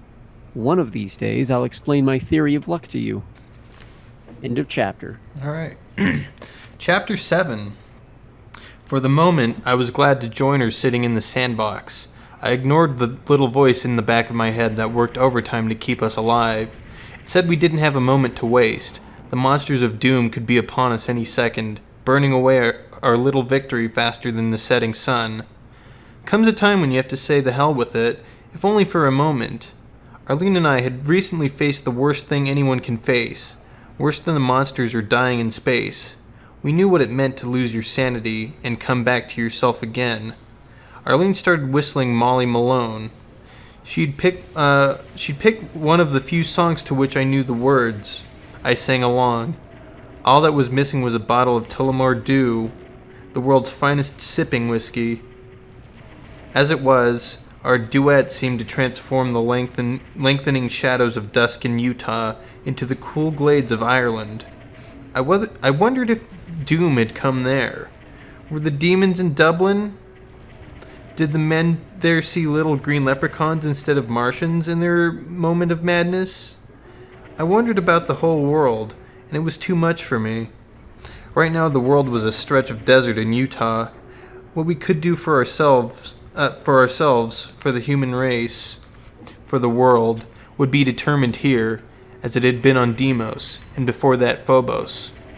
We'd take it one world at a time. I lay back happily for a few moments, watching the stars wink into existence in the darkening sky. As night fell, we spotted a glow, due east. That was the way to bet. Salt Lake City, I guessed. We gathered together what had survived the crash and followed the light. We took a breath at 9 p.m., another at midnight. How long do you think this is going to take? She asked. Not sure, but I'm glad we brought the provisions. The bag survived the crash just as nicely as we did. We had water. We had biscuits and granola bars. We had flashlights, which we wisely didn't use. But I sure as hell wish we had some weapons, other than one puny knife in the provisions bag. We trekked at night and slept by day. Hell, I saw Lawrence of Arabia. After Phobos and Deimos and nearly splattering ourselves on the old terra firma, after all we'd survived, I'd be damned if we were going to cash in our chips here.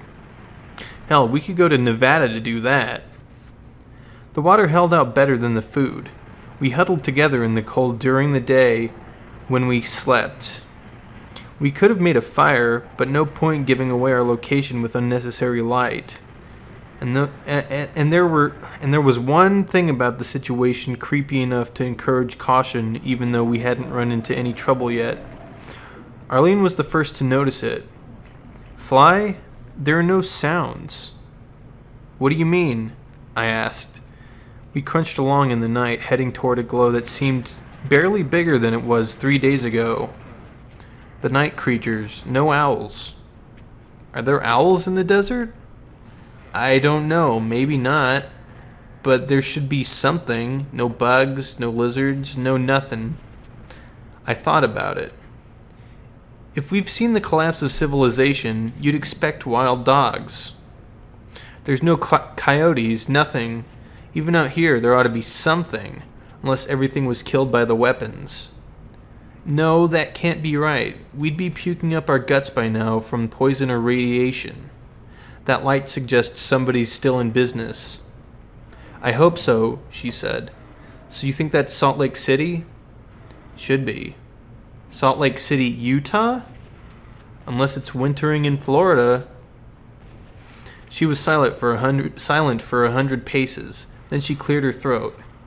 Fly, I have to confess something to you. Again. Anytime. I have sort of a problem with the Mormon church, she said. Making out her face in the dim light wasn't easy. I wish we'd had a full moon instead of the sliver hanging over us like a scythe. You were a Mormon? I asked. No, but my brother was, briefly. You blame the church for whatever happened? She shook her head. No, I guess not. He had problems before he joined the church. Had problems when he left. Do you think he might be here? I asked. Nah, we lived in North Hollywood. He left for Utah and when he became a Mormon. But he left after the... What?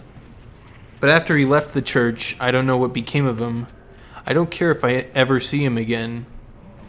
I'll never bring it up, I said. There's another reason I'm telling you this, she went on. I became obsessed with Mormonism while he was with them. I read books by them and against them. I even read the Book of Mormon.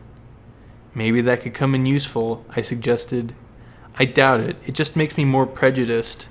Look, Fly, if we find living human beings at the end of this, we must stand with them and fight with them. I'm promising you right now I won't discuss religion with any of those patriarchal... She paused long enough for me to jump in. I get the picture. Do you have any opinions of them? She asked, quite fairly. Well, I read an article about them having strong survivalist streak, that they stockpile a year's supply of food and stuff like that. You'll get a kick out of this.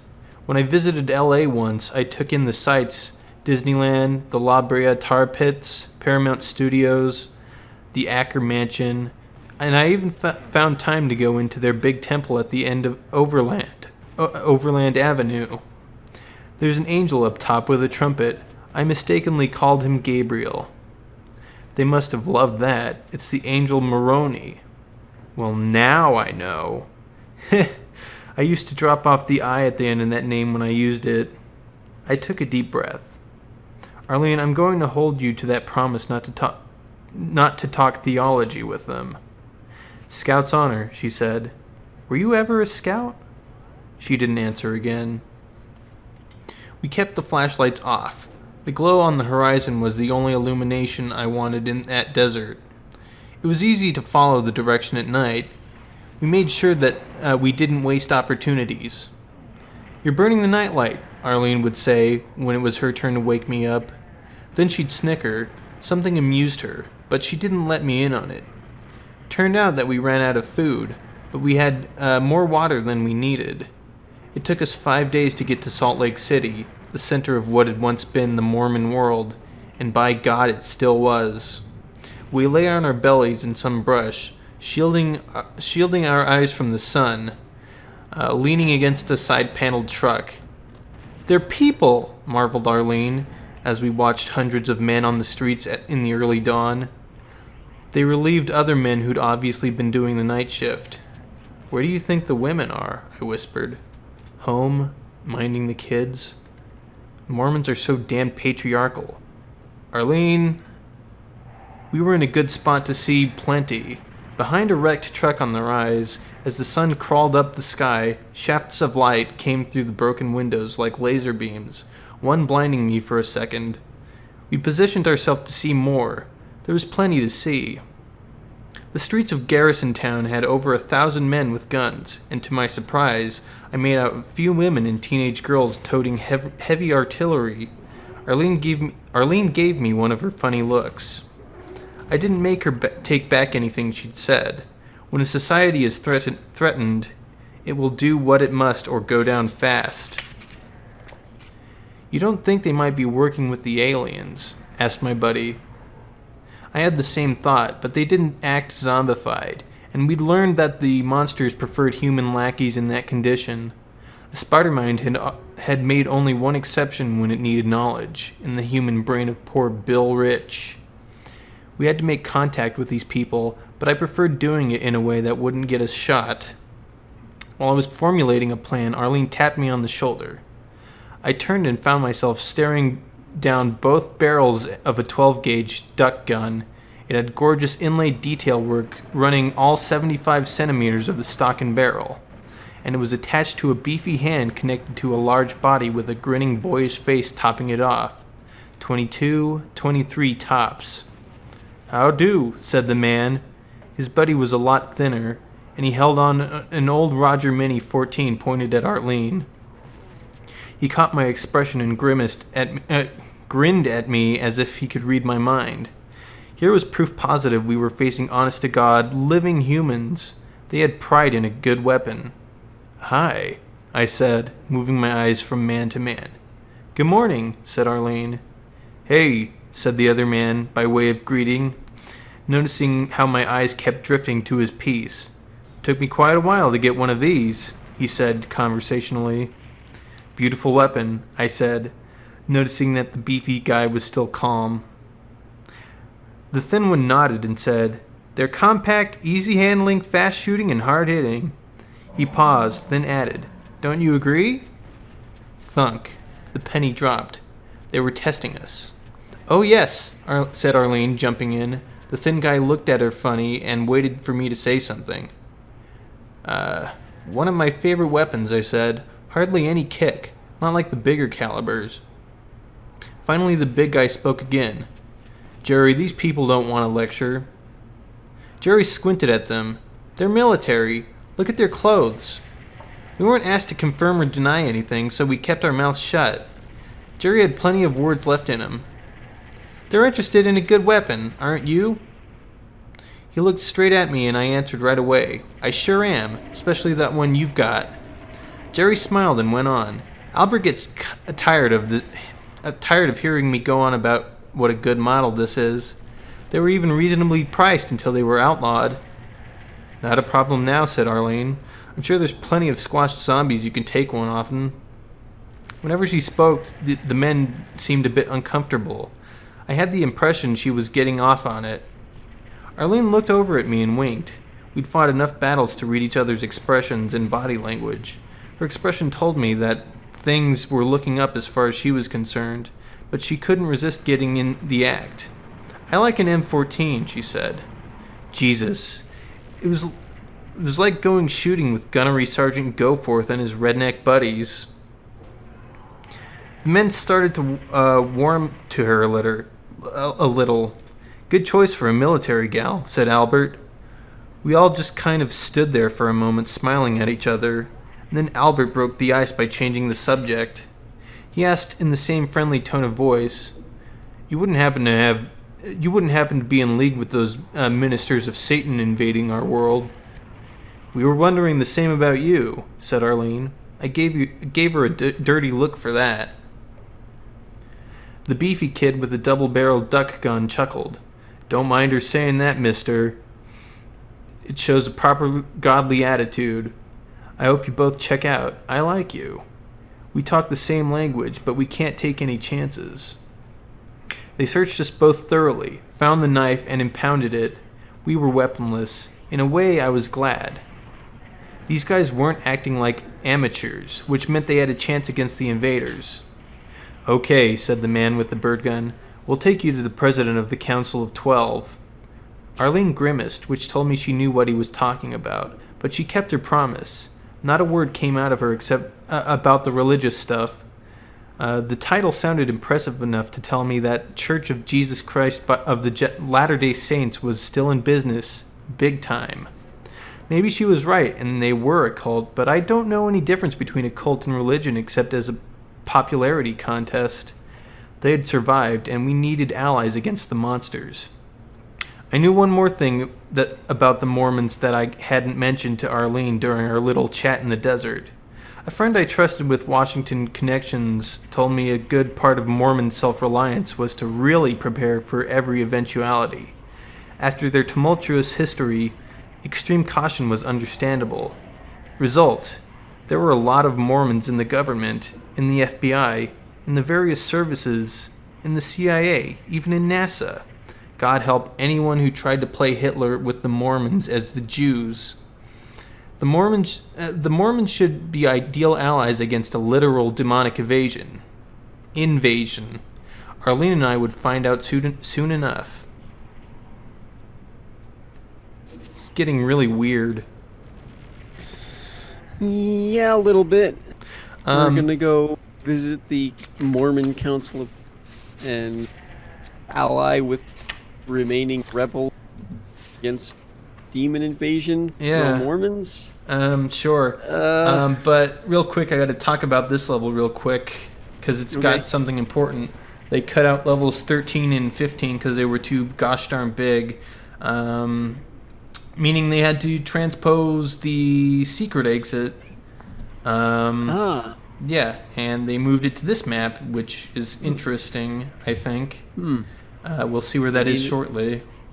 As long as it works, I guess. Yeah, sure. It's obscure, but, might just work. Yep. Guess I gotta spend my time killing these guys, though. Yeah. Good old classic, suburb slaughter. Right? Uh-oh. Yeah, I'll be fine. Don't worry about it. All right, cool. Pretty much cleared house. Yep, nailed it. Right now, I just have to actually grab the key, which I should have gotten. That's, the platform the key is on is what spawns all these monsters, so I don't know why I don't have Yeah. it now. It's kind of, Just grazed by it. I guess. Alright, and there we go. Now, the question is, am I going to play through the rest of the level to the normal exit, or am I just going to go to the secret exit? Because I honestly don't remember.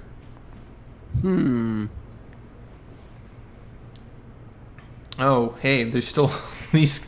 They were just hiding behind this wall. Goodness. They decided to, forego the whole in-fight slaughter thing and have a little party in the inner suburbs. Well, until you showed up and... Yeah, now look at them. Well, yeah. Doom Guy's natural born lever puller. Or was it a gate crasher? Yes. Okay. The truth is out there somewhere. Yeah. Oh, God. These books are gonna ruin me. Yeah, they're already getting there for me. Alright, I guess... Man, you were really indecisive about how you wanted to kill that imp. Well, yeah. We're... Shotgun, super shotgun, chain gun, rocket launcher, shotgun. Yeah. I settled on something eventually, which is good. Yeah. Here in either Sandy Peterson's house or Sandy Peterson's dad's house. It's still... The Peterson residence. Yeah. Peterson Residence A, right next door to Peter Residence B, Peterson. Yep. Right. Of course, I had to get the Megasphere before getting out of this map. That's important. The Peterson residencies? Sure. Why not? Okay. Alright, let's hopefully...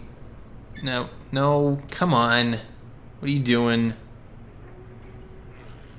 Man, it's times like this when I wish I hadn't played so thoroughly.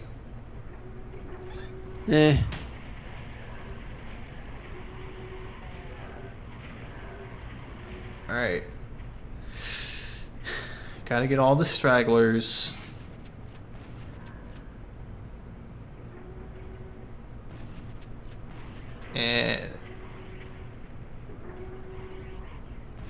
And there. And there's still freaking mancubuses that I missed. I don't believe it. They get around, man.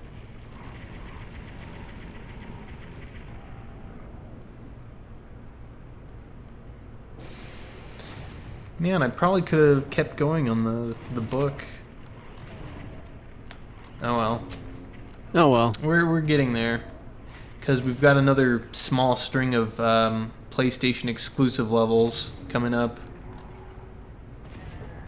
Oh yeah, another thing about this, they completely nerfed the Revenant. As you can What? see, he moves like way slower, like he's wading through molasses. And Oh god, and even the missile is. yeah, the missile is way slowed down. One thing, Oh, wow. the missiles are always homing rather than, a 1 in 4 Oh, chance of them being homing. But yeah. Okay, so a bit of an exchange there. Yeah, always homing, but way slower. That's what they've done to the Revenant. Interesting. Yeah, it's weird, but okay. So we need to get in here Yep. now, and the A way we house do full of that, Gibbs. yeah, we got to get into Gib House. Yep. So we gotta. Yeah, the the Demon Television Network version of House of Cards is House of Gibbs. Oh, okay. Yeah. It's Uh, just here. I'm trying to think of a demon name for Kevin Spacey, but yeah, you have to get to that plasma Kevin gun. Slicey. Slicey, sure. You have to get onto that platform with the plasma guns, which I remember it isn't even flagged as a secret originally in Doom 2, but it's part of the secret exit in this one. So yeah, let's Yeah. try that again. Get on here. Alright. Got to run real quick to the aforementioned door, and of course I got stuck on the Oh. wall. Yeah, Oh, it's okay. Just give it another try. I'll get in there I eventually. don't know. Maybe the alien name for Kevin Spacey is Kevin Spacey. Whoa. Ah. What? There we go. There we go. Technical difficulties. I don't know what the heck. I think Mm. maybe I think the switch I pushed that lowered the I think that switch lowered both things is what I'm getting at, if I make Ah. sense. But yeah, The mansion. yeah, secret level, the mansion. Yeah. Huh. Here we go. Loading. Come on, PlayStation. There we go. Yep, it's a brand new map. Ooh. I dig it Yeah, it's already. It's blue and it's mansion. What else do you need? Oh, reminds me of Castle Dukenstein a little bit in that entryway. Yeah, I can see that. Dark blue tint, blue Yeah. hue. Now You all, would. all we need is like a random, line def that triggers a random door opening, revealing a weird monster face thing. Right? All right, so as per any good Doom map, this has a hub that we're in it. We gotta get to the different wings of the mansion, but first we'll take on the east wing, I guess. Hey, all right. Assuming I was facing north at the start, I don't really know. Well, All right. all right. It's kind of refreshing. It's a brand new Doom 2 map. Yeah. Like, well, official Doom 2 map. Yeah. Pseudo official. Well, I mean, licensed by id. Yeah, okay. There's my excuse for that. Oh. Whoa. I thought that was going to be. I had like Duke Nukem instincts for a second there, and I thought that was going to be a laser trip mine. Yeah, I kind of felt something similar, especially because I just mentioned it. So of course, oh god, we're gonna blow up. Nope. Yeah. So keep this room in mind. It's important for the secret exit. The dark red What? room, pit of lava. Secret level with a secret exit. Yeah. It's Oh, man. It's a super secret exit if you're so Oh. inclined. Hmm. Yeah. No more Wolfenstein, but original levels, which I honestly think it's a plus. The Wolfenstein Yeah. thing was a cool Easter egg, but it's Wolfenstein levels. Yeah. Here we got an original level. Also, I think these. Yeah. Well, I know for sure these meat hook things are PlayStation exclusive sprites. Hmm. Yeah. Make me think of I don't know, like a repurposed sprite of any of the hanging sprites. Sure. Maybe that's what they're hanging on. Yeah. I don't know. Am I going for this? I can't be. I have to show off the level, right? Yeah. I think I must have. One of the teleporters leads here, but I can't quite reach that supercharge. Awkward. Unfortunately, nope. Can't do it. Yep. Yeah, this is like a peek a little later into the level. Ooh. Yeah. I think normally you're supposed to see the supercharge from outside, but, you know, either way, I can't get it. So. And again, I don't remember if I actually was able to get it in the end or not. Like I said, I played this a long time ago. Yeah.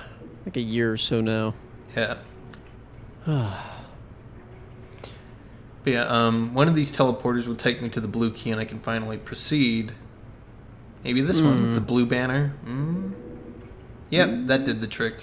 Yeah. Sweet. Some sick mansion Tony Hawk jumps. Doom Guys Pro Skater, Yeah. which is just Doom in general, really. Yeah, he's always scooting around. Yeah. No slopes, though, so it's really hard to get points of any kind. Also, keep in mind this hallway. This is also important for the secret exit. I think I'll remember this quite vividly. It's a little bit to keep in mind, but you know, it's how we get there. Also, keep in mind the secret strobe closet. Spoiler: that might or might not be where the exit is. The epileptic closet. Yeah. I was trying to think of some kind of I Spy Spooky Mansion intro. Never I got mind. nothing. It wasn't gonna work. Okay.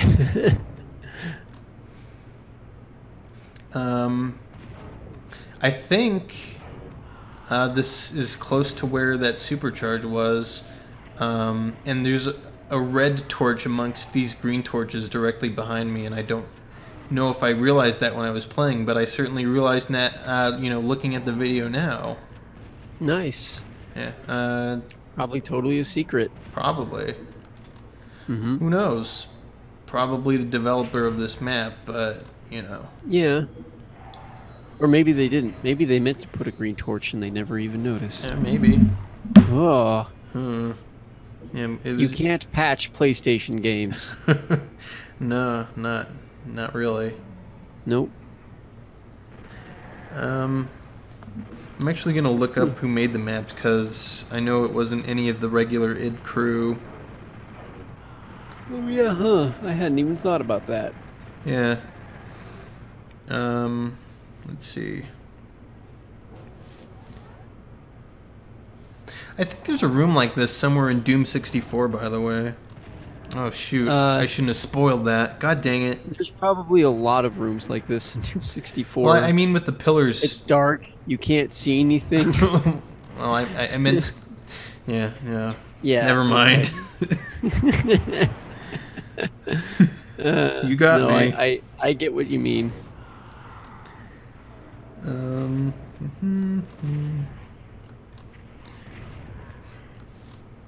Boy. Yeah, every time I look at, go and watch this video, or any of these videos, I should say, I just immediately impulse reaction. I want to go play PSX Doom now.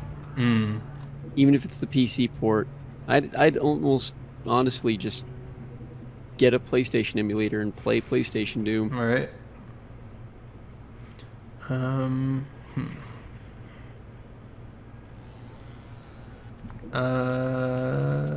Trivia?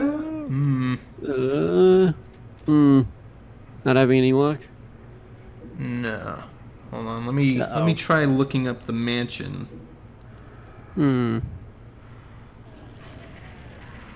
How do I search this? There we go. Do I need to send you a let me Google that for you link? No. Okay. There we go.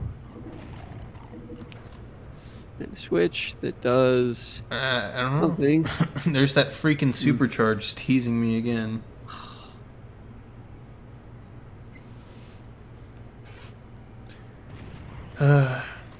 I kind of dislike, close quarters hallways with bullet sponges.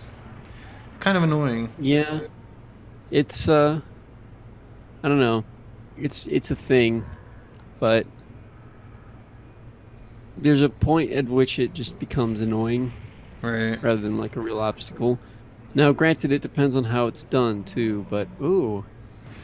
Oh, hey. outdoor area. Yeah, this area has a little puzzle, which What? is more trial. Puzzles in Doom. Yeah, it's more trial and error than anything, but I Oh. guess it's a novel idea. We'll see it shortly.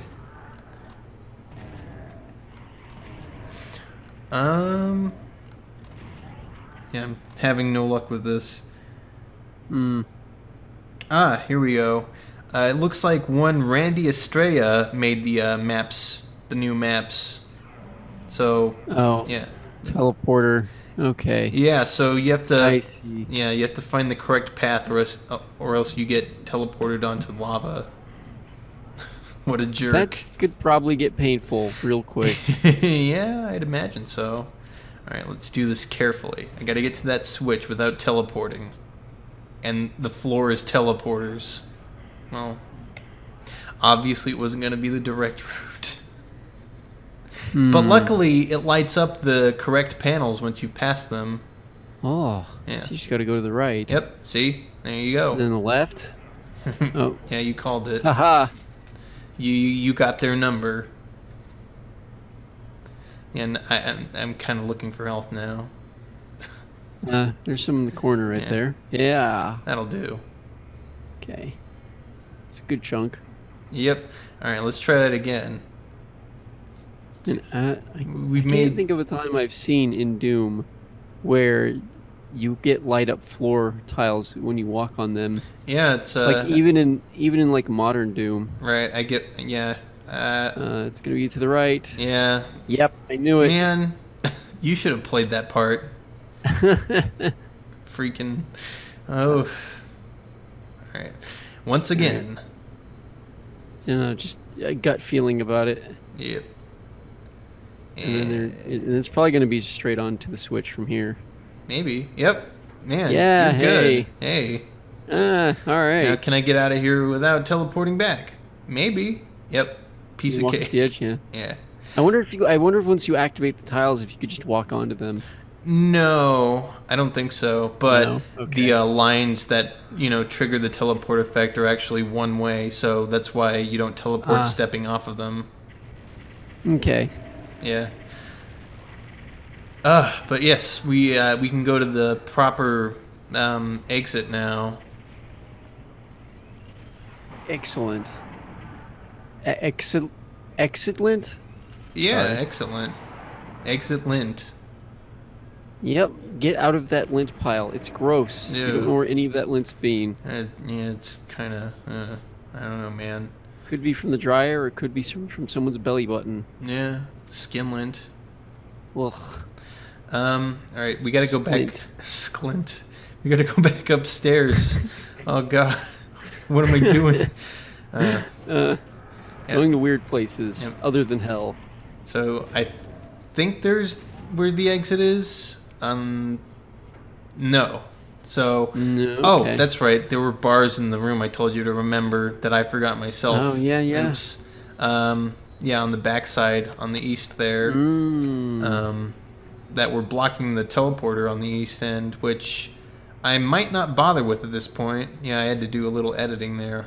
So I forewent the thing, and I'm doing this instead. You got to do this. You got to be on the.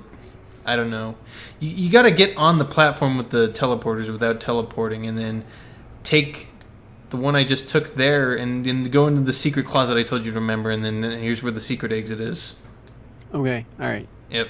Gotcha. It's kind of convoluted, and I explained it poorly. But I think it's mainly just convoluted. Club Doom. yeah, Club Doom, check this out. Club Doom. No way. You say This is that. totally gonna be some 90s Easter egg style stuff that you would only get out of a 90s PlayStation game. By the way, Dude. don't walk straight into the night. So here we have the Williams Entertainment Club. Oh my god. Yes. Yep, here it is. Yeah.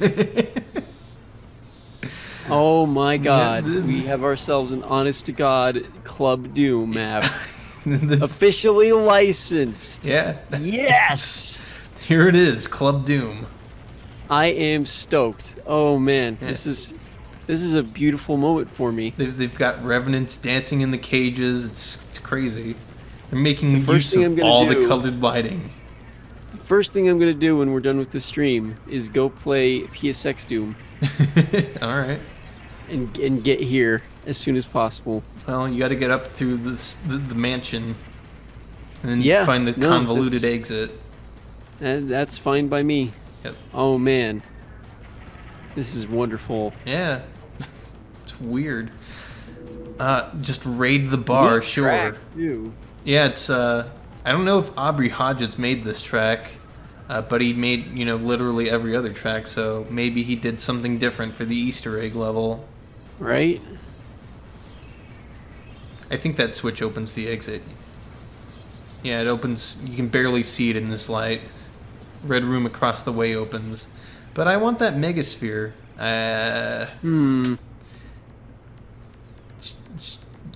Come on, just oh my god, I feel so foolish. I think you just got to jump into the cage. Like it is. Oh, I didn't get it. Also, Oh. the exit is really weird. Oh. Club Doom. Club Doom. Get me out of here. Hello. Go through some gross flesh maze. Yeah, it's- Transparent flesh walls. Yeah. This is a really weird level, man. Thin skinned. Yep. All right, I've done it. Maybe this is like a metaphor for the I don't know, for getting sick at the party, and then we're exiting through Doom Guy's intestines the alcohol that he consumed in great quantities. What a strange metaphor. Yes. so hey, it's weird '90s psychedelic nightmare dream shit. That's all I can tell you. Sure. But yeah, this is obviously a Doom 2 map, but I can't quite leave it here because this level has a special something that I think was there by accident, but I don't know. It's a strange thing. People have made, well, a person has made a video that I'm aware of about this subject. It's very strange. Well, Okay. mildly strange and mildly interesting. It's not until, Alright. like, the very near end of the level either. Well, I do want to say right away that I almost didn't even recognize this level because of the green entryway. Right? Yeah, the colored lighting is... Interesting, yeah. yeah, it's... it makes it a little different. I mean, it's one thing to put a new coat of paint onto something, but it's another thing to change the whole ambience. Yep. Yeah, it really is. And like you mentioned before, there were some egregious examples where you just have like these bright blue like entryways with windows leading into bright red areas, and it's really an Yeah. eyesore. Oh, I remember particularly early on it's one of the levels that's played on the attract mode, that closet full of sergeants or shotgun guys that's just Yeah. like a bright radioactive green for no particular reason. Yeah, man. Just, this is the army man closet. That's why it's green. Yeah. You know, The former like former a 5-year-old sergeants did it. Yep. Maybe a 5-year-old did do it. Oh They're God. like, "Hey Jimmy, what color do you want this this closet to be?" It's green. God, is PlayStation Doom's color schemes the result of something a la Axe Cop? Maybe. Oh, I'm kind of okay with how it turned out. You did good, Jimmy. Thanks, Jimmy. Yeah. Romero Jr. Oh, Oh, I don't know if there's a Romero Jr. well, he does have several realize children. that. He does have several. Okay. Yeah. Don't know if any of them are named John or Alfonso. Alfonso. Yeah, it's John Romero's full name, John Alfonso Romero. Alfonso Oh. John Romero. Ah, I did not know that. Yeah, that's trivia. Who also made this map. Hey. Man, I like how I keep getting blasted in the face by projectiles. It's great. I'm good at Doom. It seems like I don't know though. It seems like you're much more tanky in PSX Doom. That or maybe you just seem to have a lot more armor. Yeah, I think it's just mega armor. Yeah, good stuff. Yeah. I don't know though. I feel like in Doom you get chunked down way more often, like from full armor and full health, and you'll get hit like once and be at like, you'll lose a whole quarter of the entirety of your health and armor. I guess it can happen in some circumstances. Yeah, I don't know. I don't know. I feel like I've seen you take a lot more fireballs than you normally could on PC Doom. Maybe it's just me. I think it's just And you. that maybe, I don't know. That may also be intentional though, because console Right. a little yeah, more. yeah, It's a little yeah. more cumbersome, so they may have actually decreased the damage scaling or the damage values. Right. I'd have to verify that, but it's what I've observed. Is I swear you, on top of just you played Doom a lot better on the PC, so you didn't get hit as much. Mhm. But I feel like you were getting equally as close to death while taking less damage, if that makes sense. makes, Sorry, taking less hits but taking the same amount of damage. Yeah, it makes sense, but I'm not seeing. I'm not seeing how. Well, I'm seeing how. I'm seeing what you mean, but I don't think that happened. All right. Well, Dunno. Oh, I don't know. hey, I suppose it. Oh, um, door got slammed in my face. yeah, Well, total annihilation sounds. yeah. So some kind of stock CD for sure. Yeah, yeah. Alright. And actually, now that I think about it, the plasma rifle weapon firing sound for PlayStation Doom is the same as one of the weapon firing sounds for one of the units in TA as well. And I know I've heard it in another game too. I just can't remember what. Doom 64. Oh yeah, that'd probably be it. Yeah, the Doom 64 uses the same sound effects. Yeah, I'm not surprised. Yeah, oddly enough, Probably a difference. probably a very recent sound library that came out, and so everybody jumped on it. Like, wow, these sci-fi effects are Maybe. out of this world. Whoa! Ah, Like outer space and stuff. yeah.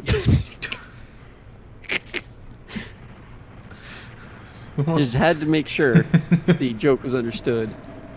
Yeah. Yeah. That's the guy who that's the guy in the movie theater reading all the text on the signs in the Simpsons movie. Oh yeah.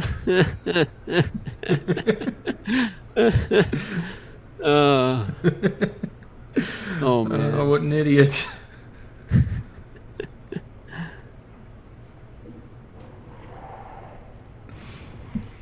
All right, we're getting close to the thing. I just got to get one more key, and we'll practically be there. Alrighty. I probably could I'll have. try. Hmm. Try not to miss it, but I could use another drink. All right. It should be like a minute or so.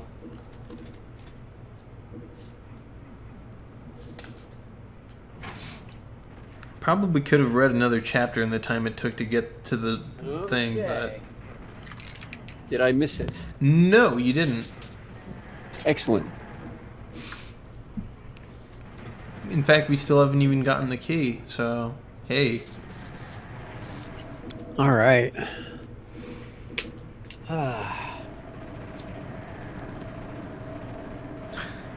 Like how we were both taking on the Cacodemon with chain guns. It's chain gun guy co-op. That's what that was. Every weapon in Doom is replaced by the chain gun. Every weapon in Doom is replaced with the chain gun guy. Ah. I mean, then technically, yeah, because you would only ever get shotguns and chain guns, but there'd be a lot of chain gun guys. Man, that'd be terrible. That'd be Plutonia. Oh, too soon. Sorry. Not quite at that horror yet. And here I am being so gosh darn thorough again. I think this pass I'll get the key for sure, because it's on the left there, and I already evacuated the tunnels. No, don't go back in the tunnels. Also, I don't know why, but that just gave me an idea for a wad. Nice. Yeah, I'm just gonna put that down right now. All right, sounds good. All right, key acquired.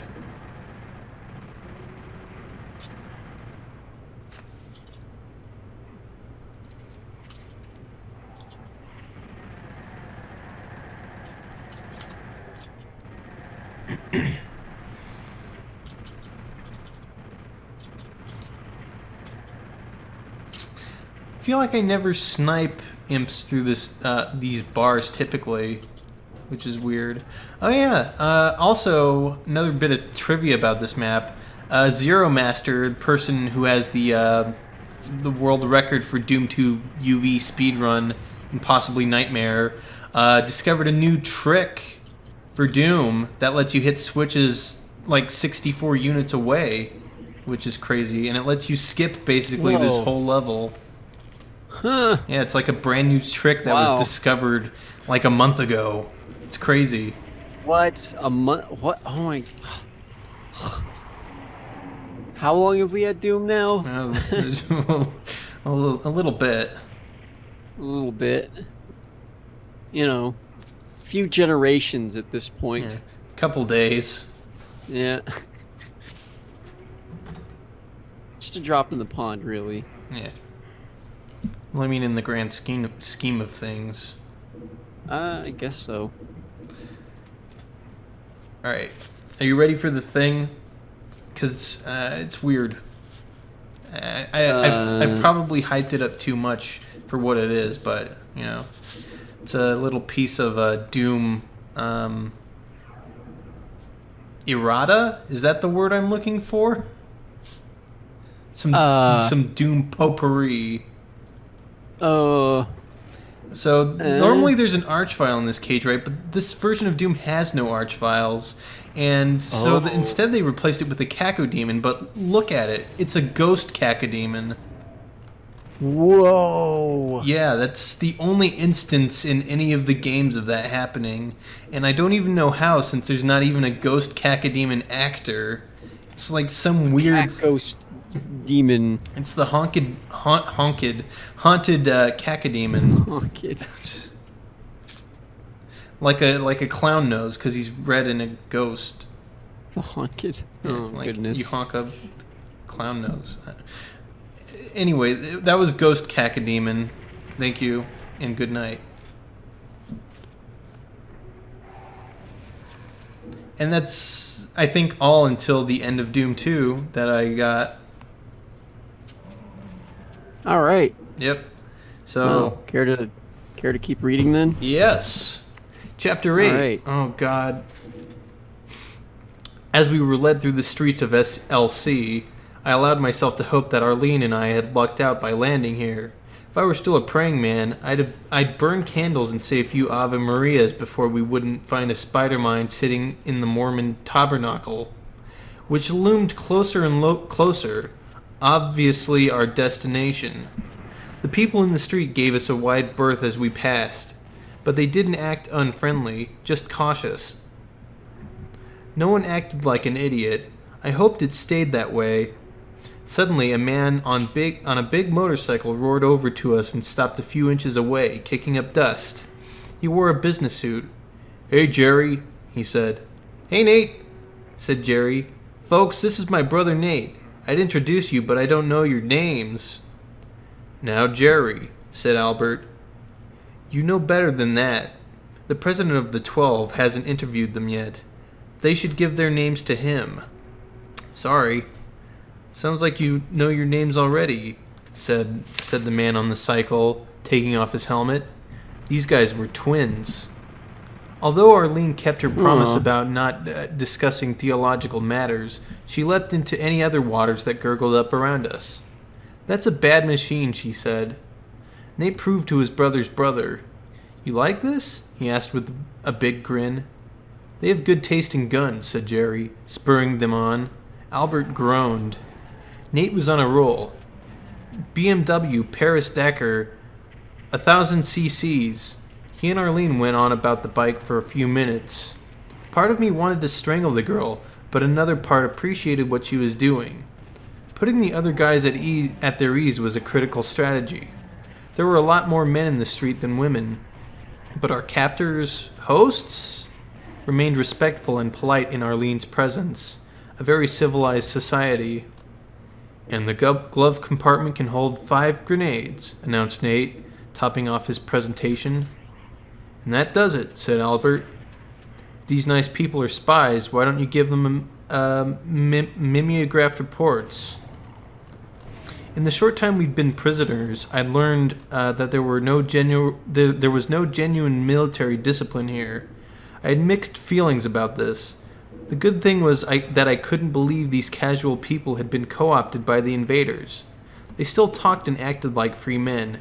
Very loquacious for free men. As far as getting their president to cooperate with us, it could go either way. In the land of the civilians, the Marine is king, or a fall guy. I was impatient to find out which. Oh, I almost forgot, said Nate. I have a message for you. The president hasn't returned yet. Should have told us that right off, said Albert, peevishly. We'll take them to holding. We entered the tabernacle and We entered the tabernacle. It was nice and cool, with a fresh wood smell that was clean and bracing. The floors were highly polished. You wouldn't notice anything different from the world I'd left on a court-martial charge that now seemed to belong to a different universe. Arlene wasn't the only one with a lot of reading under her belt. I didn't know a whole lot about the Mormons, although I knew a bit more than I told her. But I'd read the Bible all the way through, enough to recognize things the Mormons took for inspiration from what they accepted as earlier revealed word. In addition, the nuns taught a little about comparative religion, probably so we'd be better missionaries. I remembered that God was supposed to have given Moses directions for the construction of the tabernacle. The structure was to be a house constructed of a series of boards of a special wood, overlaid with gold, set on end into sockets of silver. In other words, it wasn't St. Pete's, but it was no Alabama revival tent either. The Mormons adapted the idea for a permanent standing structure. Right outside the tabernacle were some more conventional office buildings. We entered one and were led into an office by Albert. I'll bring you something to eat and drink, he said. I was hungry and thirsty enough to settle for bread and water. A minute later, Albert returned with bread and water, then left us alone. Damn, I said. I was hoping for a more splendorous galley. I walked over to a small table and picked up the sole object on it, the Book of Mormon, another testament of Jesus Christ. I felt puckish and decided to tease Arlene a bit. I thought she'd pushed the envelope too much, encouraging the more talkative of our captors. Bet you can't remember all the books in here, Arlene. She gave me that look of hers. Will you bet me the next decent weapon we find? Deal, I said. Okay, she replied and then rattled them off. First and second books of Nephi, Jacob, Enos, Jerem, Omni, the Words of Mormon, Book of Mosiah, Alma, Helamon, third and fourth Nephi, Book of Mormon, Ether, Moroni. You're not getting out of this, Fly. I get the first pick on the next piece. Damn, I said, thoroughly impressed. Watch what you say near a holy place. Don't worry about it, came a third voice. Albert had rejoined us without knocking. Don't you knock? Asked Arlene. As soon as you're no longer prisoners, he said, closing the door behind him. I just wanted you to know that I don't think you're spies for the demons. We call them aliens, I said.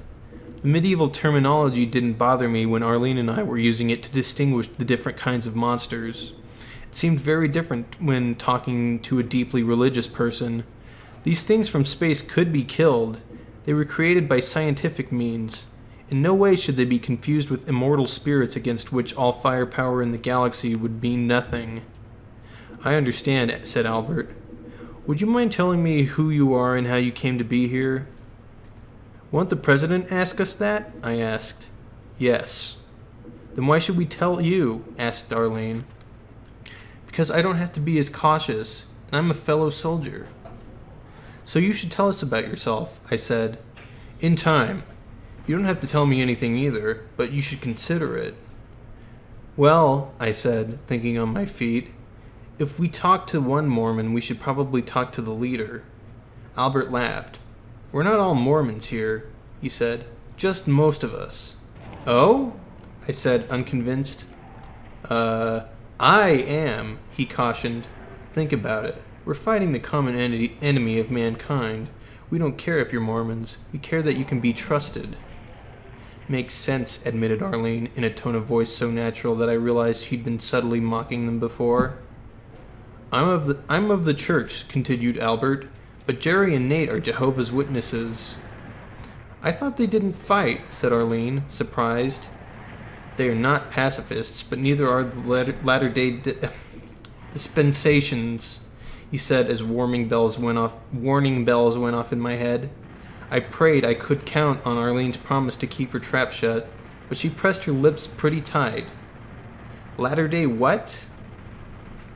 Albert was more succinct than his friends. They believe all the world's governments are works of the devil. They won't fight their fellow man at the command of a state, but they can fight unhuman monsters until Judgment Day. I get it, I said. Draft protesters in World War II. But volunteers for this, Albert finished. What did you mean by, dispensation? He laughed. Apparently we'd fallen into the hands of someone lacking in missionary zeal, for which I was grateful. The United States Constitution was ordained by God. That's why we didn't like seeing it subverted. We never know if a governmental person is good or bad until we see where his loyalty lies. But you two made a wonderful impression on the witnesses. I think you'll do fine with the president. If you change your mind about chatting with me, you will find me easily enough. He left us with the promise we would see the president soon. 3 hours later, we were led to the office of the president of the 12. A clean-shaven elderly man with pure white hair, a dark tan, and a tailored suit got up from behind a walnut desk and rested his hands on his blotter.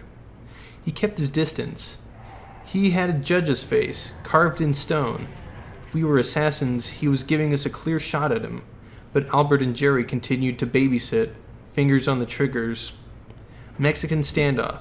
He sized us up. We did the same to him.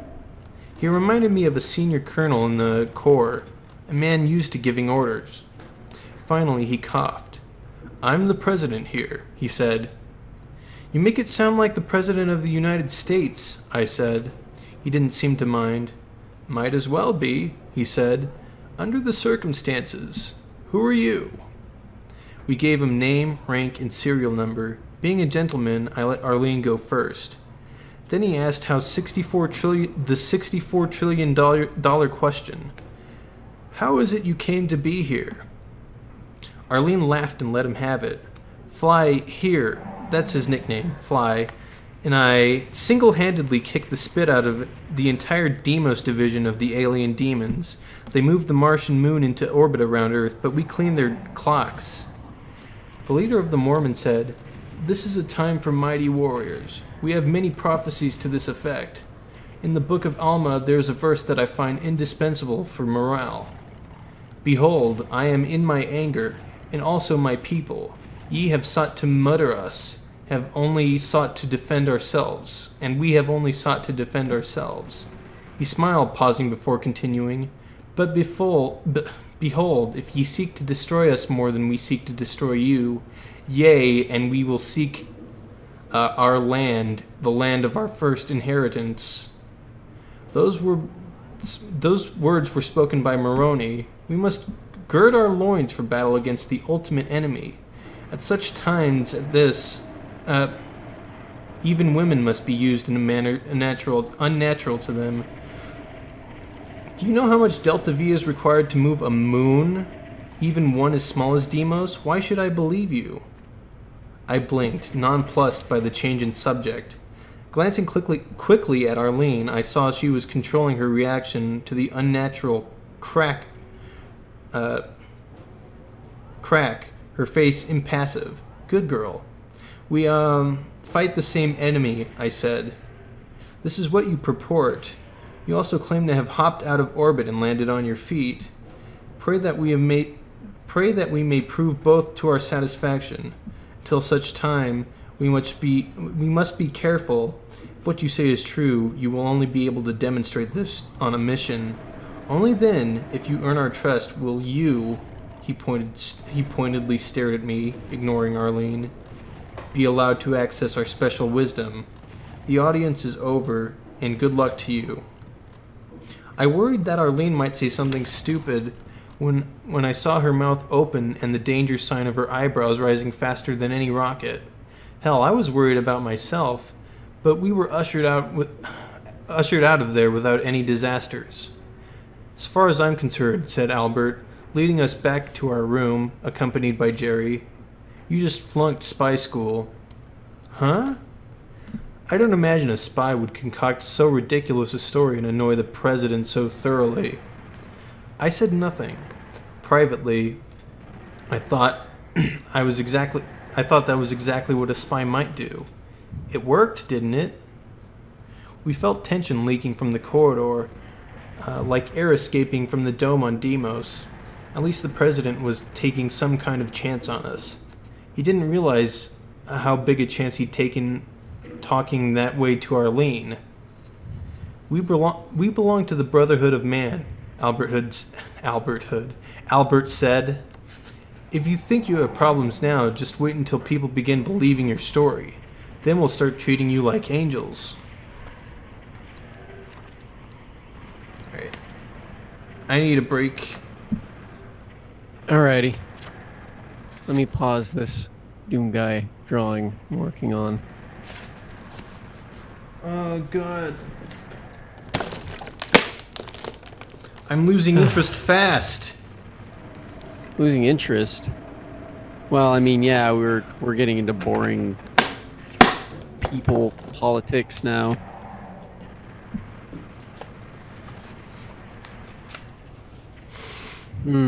Pacifist. Seem to mind. $64 trillion question. We're on chapter 9. Ridiculous concoction. Angels. 9.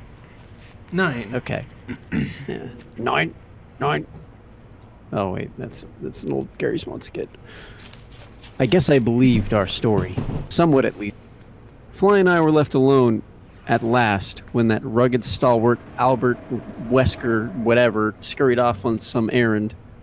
Fly gestured me close. We really should report in, he whispered in my ear. Report in? To who? A good question. If the country were as devastated as we'd been led to believe, there wasn't much of a command structure left to report to anybody. If. I saw at once where Fly was coming from. How much do we really know about these guys? Asked Fly, confirming my cognition. Whose side are they on? You'd have a hard time persuading me they're demon lovers, I said. All right, maybe. They're patriots. But are they right? Wasn't much I could say to that. Fly had a point.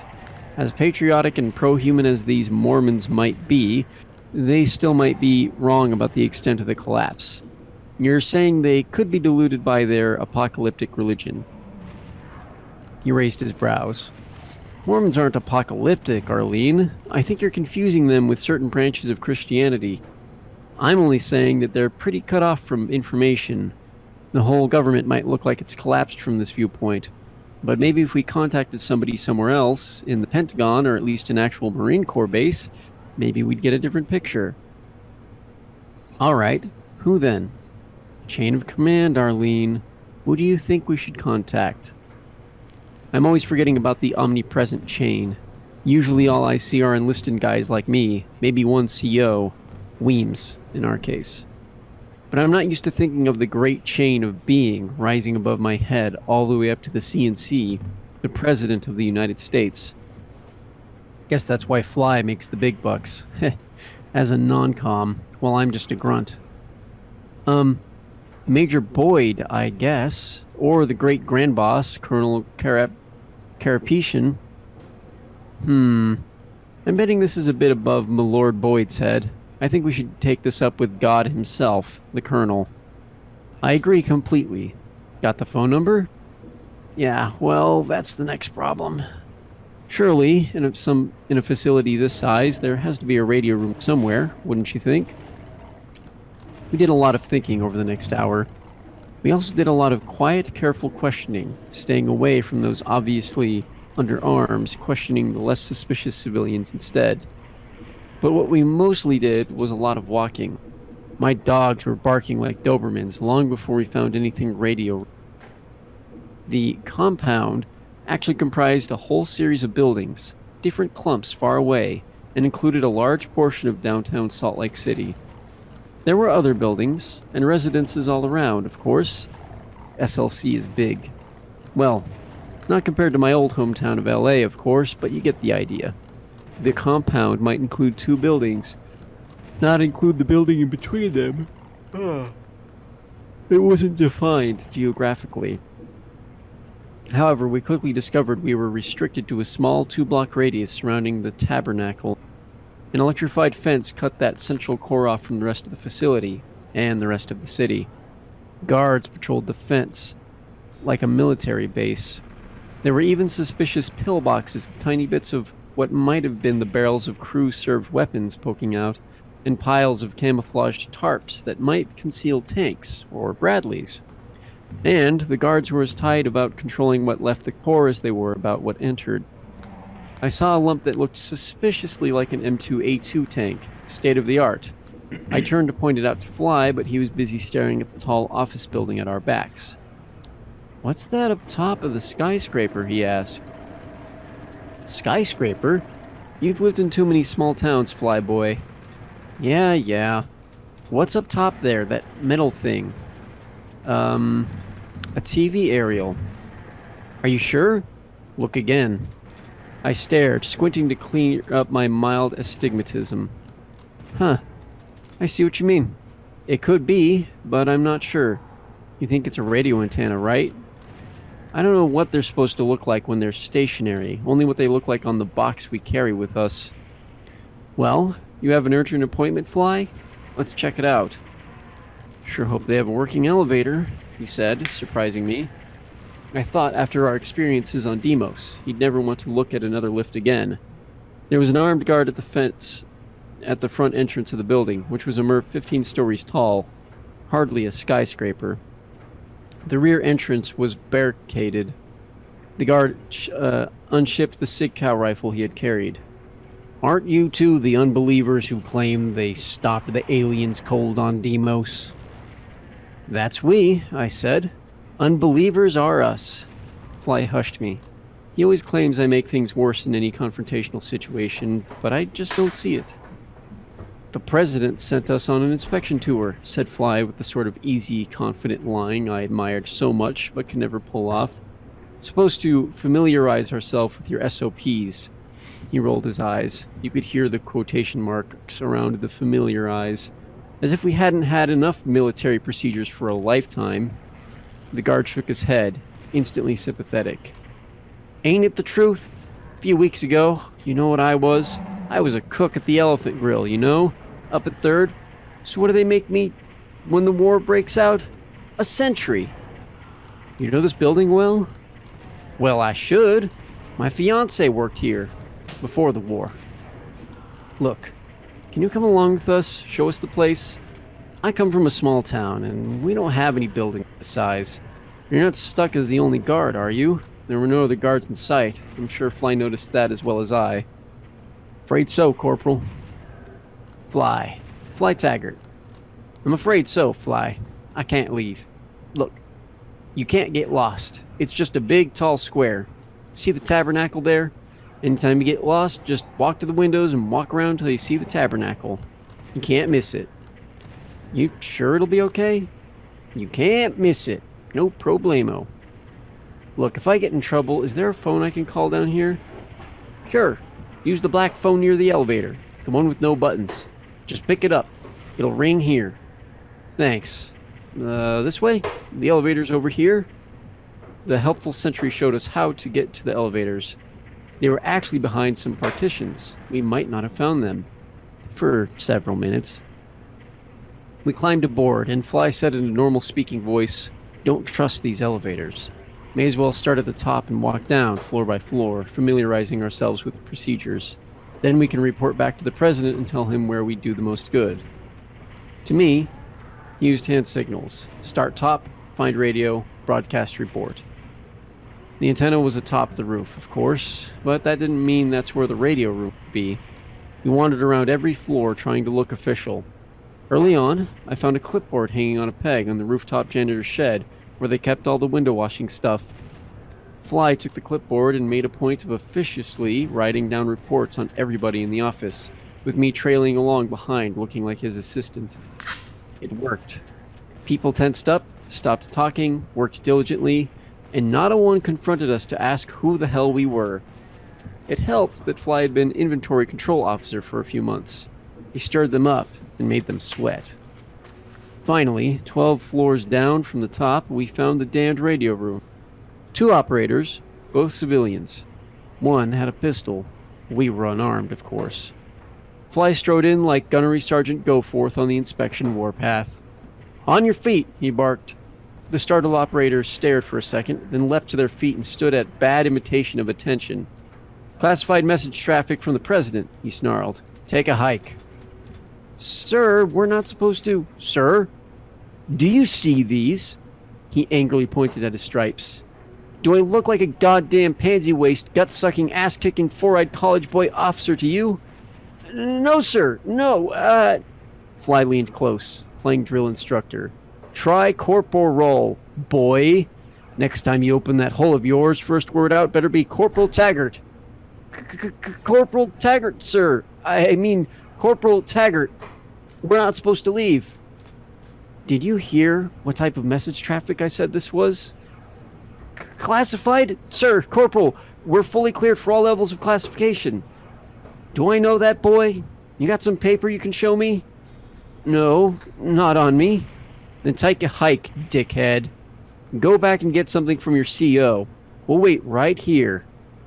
The man dithered, looking back and forth at the door, the equipment, and his partner, a small, frail-looking man who pointedly looked away, saying, "No way, bud.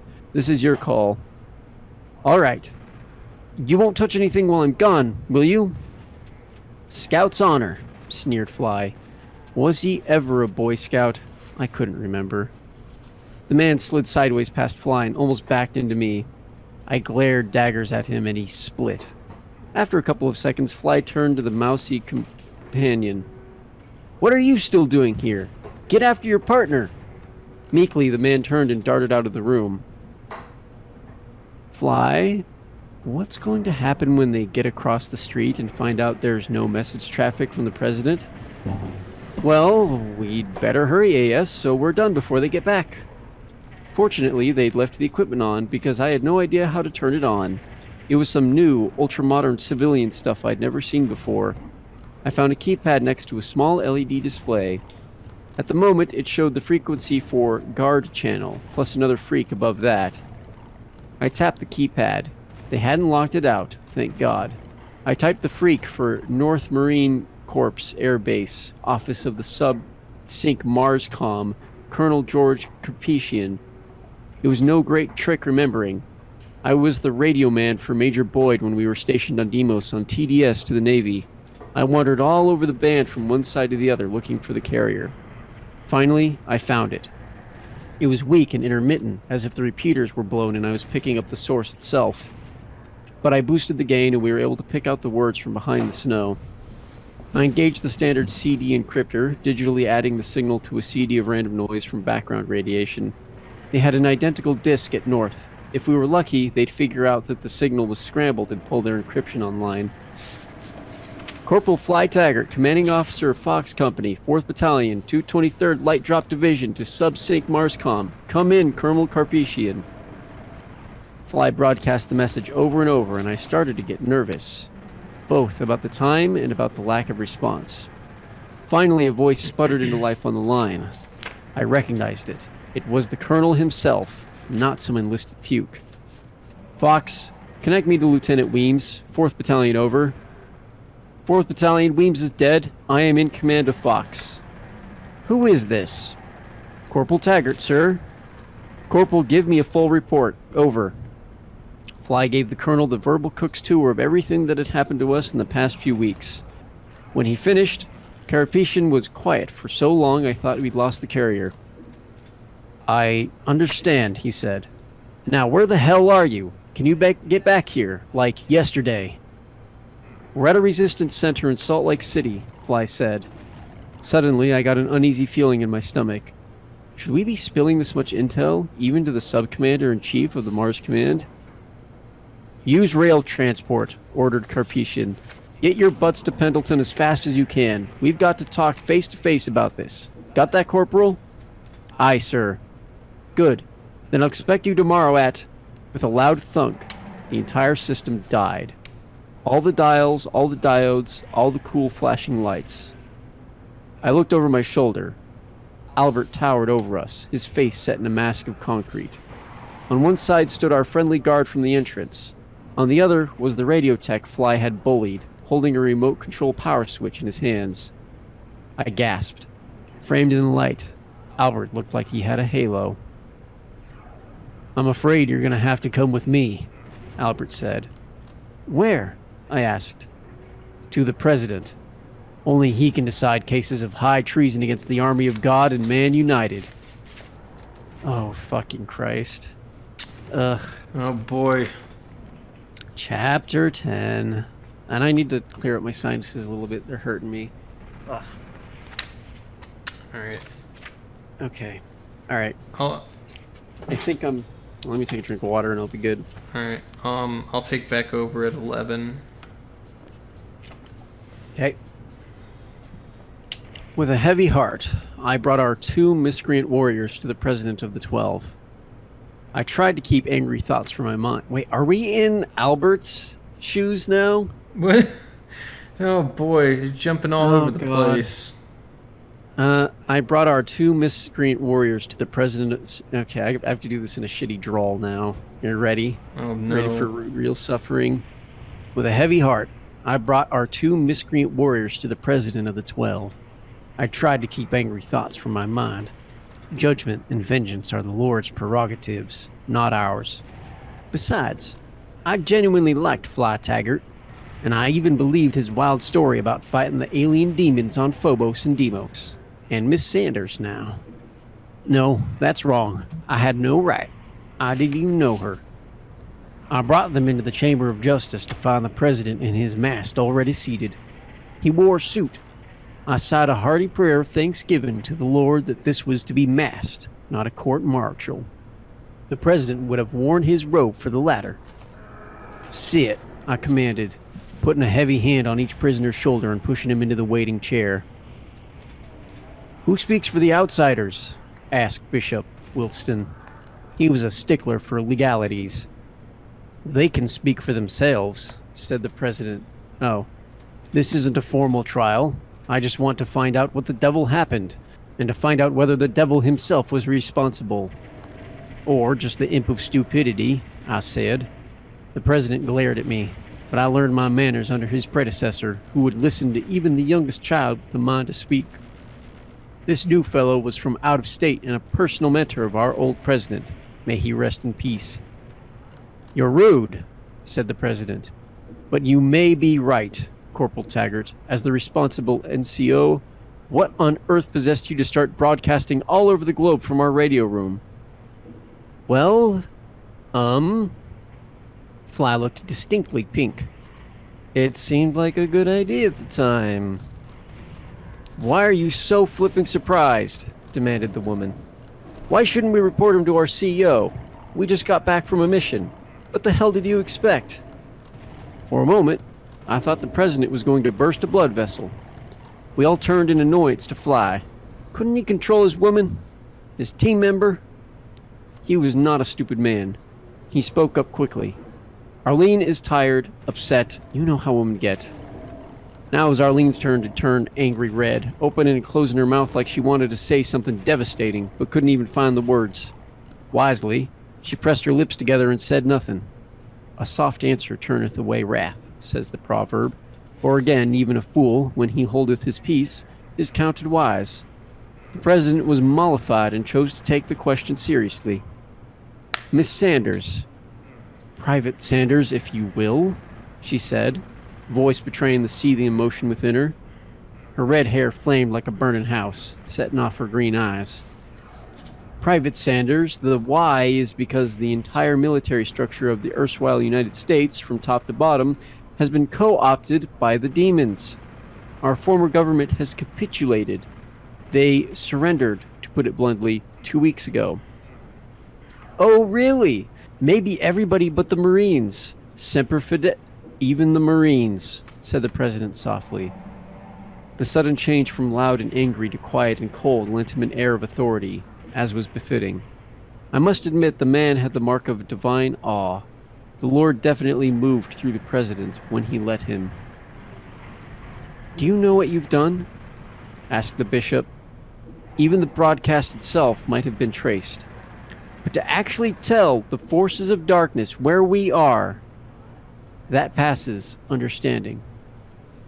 Look, maybe I shouldn't have done that, but they must already have known this was a pocket of resistance. Don't dig yourself a deeper grave, Fly, I thought urgently. Outwardly, I kept my face impassive. No need to draw the judge's attention to the attempt at blame shifting. But Corporal, said the president, voice at its quietest and most dangerous, they did not know that you were here. If you still maintain that you and your comrade aboard of the division invading through Deimos, don't you think you might have incurred a special wrath? A wrath now transferred to us? Perhaps they consider you demonic enemy number one. Did that cross your mind? Fly remained silent. Good man. So did Arlene. I stared at the woman. She was not all bad looking, not what I would expect of a female Marine. I'd never served with one in my 3 years of active duty service. She looked tough, but not like an American gladiator. In fact, the swell of her breasts and hips was quite womanly. She would be a sturdy woman, well able to bear many children in the face of the rigors of life under siege. I can almost see her standing in a doorway, babe in arms, or lying bare on the bed, awaiting me. Ow! My conscience hammered on my head. What are you doing, you godless sinner? Here I was in the presence of the representative of Jesus Christ himself, and I was mentally undressing this woman. Get thee behind me, Satan. Thou art an offense to me, for thou savorest the things that of be God. Oh, God, I can't even do this. I hate Only- this. So do I. That be of God, but those that of men.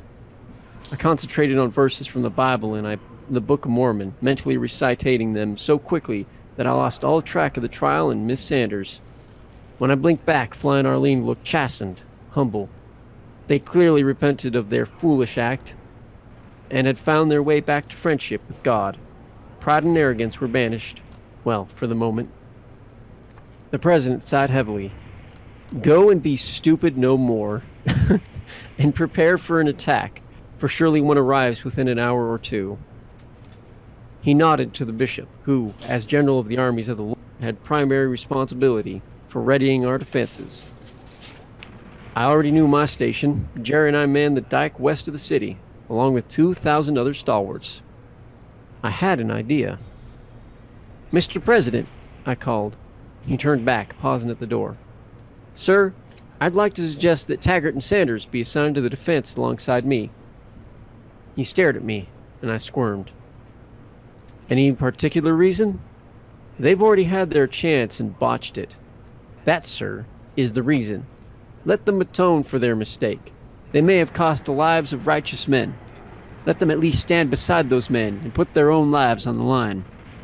Let them be at peace. I glanced at Fly and Miss Sanders. and was tremendously relieved to see a grateful look on their faces. I was right about them. Stupid, maybe, but they had honor, and they probably felt like children whose rough play accidentally killed the pet dog. I sure would. The president was a hard man, but he was a just man, else the Lord would not have allowed him to serve as president of the 12. The Father has his ways of making his pleasure known. He shook his head, but said, I think you're too forgiving a man, Albert, but you know them better than I ever could. Take them, if your CO approves. The bishop was smiling, though not in a friendly way. He'll approve, he prophesied. Less than half an hour later, we were at the line. I took care to see that both Fly and Miss Sanders were armed, so they would know we still extended our trust. It was part of the healing process, and the president's prophecy came true, albeit a little late. In fact, it took the forces of darkness 2 hours to mass an attack, not one. Squinting into the distance, I saw first a column of dust at the ragged edge of vision. We watched for several minutes before even hearing the sound. You can see a long, long way in the Utah desert, where 10 miles seems like one. The dust came from a column of Bradley fighting vehicles, the same type in which I had trained as a gunner before going to sniper school. Thank the Lord they hadn't yet time to scrounge any M2 tanks. As they roared up, we surprised them. The anti-tank batteries opened up at 2 clicks.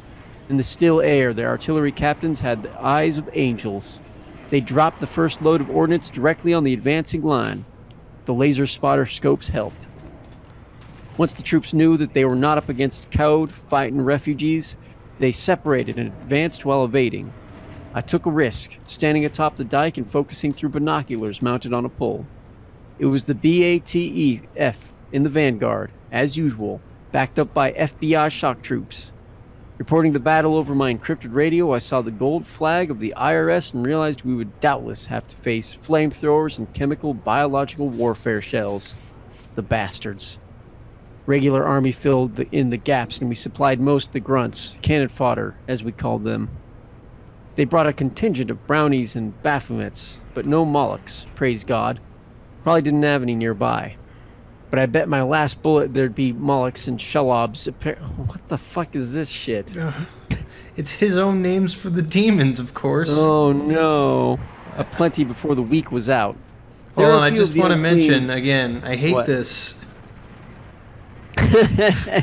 Sorry. That's fine. Go ahead. Yes, I can't wait until this guy's dead and we're back to just Fly and Sanders. I'm worried we're not going to go back. Yes, obviously, Albert's the new main character for the rest of the series. He's Doom Guy. Yeah. Oh. Yeehaw. That boy's sharper than a bowling ball. Sharp as a bowling ball. Yeah. There were a few of the unclean undead, but most of the soldiers, horribly enough, appeared to be living allies of the demons. I hope to spare Fly that knowledge, that our own species would willingly cooperate in the subjugation of men to demons from another star. But maybe it was better he find out now. I guess he realized how wrong he was, but it was a horrible way to find out. Contact was established a quarter hour later on the north side of Salt Lake City. Within a few minutes, the battle was joined in my quadrant as well.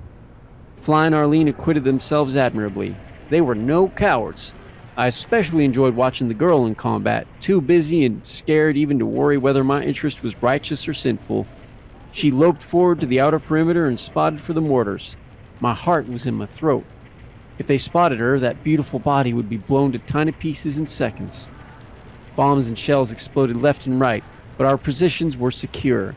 Except for the occasional lucky shot, the evil ones hit only stragglers. But I was very glad for my earplugs. Fly had refused a pair, but Arlene took them. We threw back the initial blitzkrieg. Demons simply weren't prepared for that savage a level of resistance. They'd probably never encountered it before. Like the heroic Jews of the Warsaw Ghetto, who stood up to the Nazi butchers without despair, we forced the bastards back and back, until at last they withdrew and formed a circle around our force, 3 clicks back. Out of range, they thought. After 2 more hours passed without movement, Arlene and Fly took a chance and returned to me. They looked shaken. I wanted to put my arm around Corporal Taggart, cheer him up. How could he have known? but the gesture would not have been appreciated. He stepped across the dead bodies of righteous men to come to me. He knew what he had done, and the last soul to forgive him would be himself. He would probably carry the guilt to his grave, unless he found a minister to unburden himself. I had the vague thought that he was a Catholic. I would never condone such a perversion of the teaching of Christ in normal times, but in this world, even to call oneself a Christian is a courageous step. I hoped he would find a priest and confess. Otherwise, he might never give himself absolution. We seem to have scored a temporary stalemate, he said, sounding defeated. We kicked ass, argued Arlene.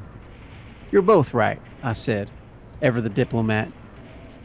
But how long can we hold out? Asked Fly. A few days? A week? 2 weeks? Eventually they'll get reinforcements and overrun us. He didn't add an and all because of me, but I could tell he thought it. Eventually, I agreed. In about 5 or 6 years. Years? What the hell do you mean? I winked. We've been preparing for this sort of war for a long time, my friend. We just never realized we'd be fighting literal demons. Jesus, who were you expecting to fight? The blasphemy angered me, but I let it slide.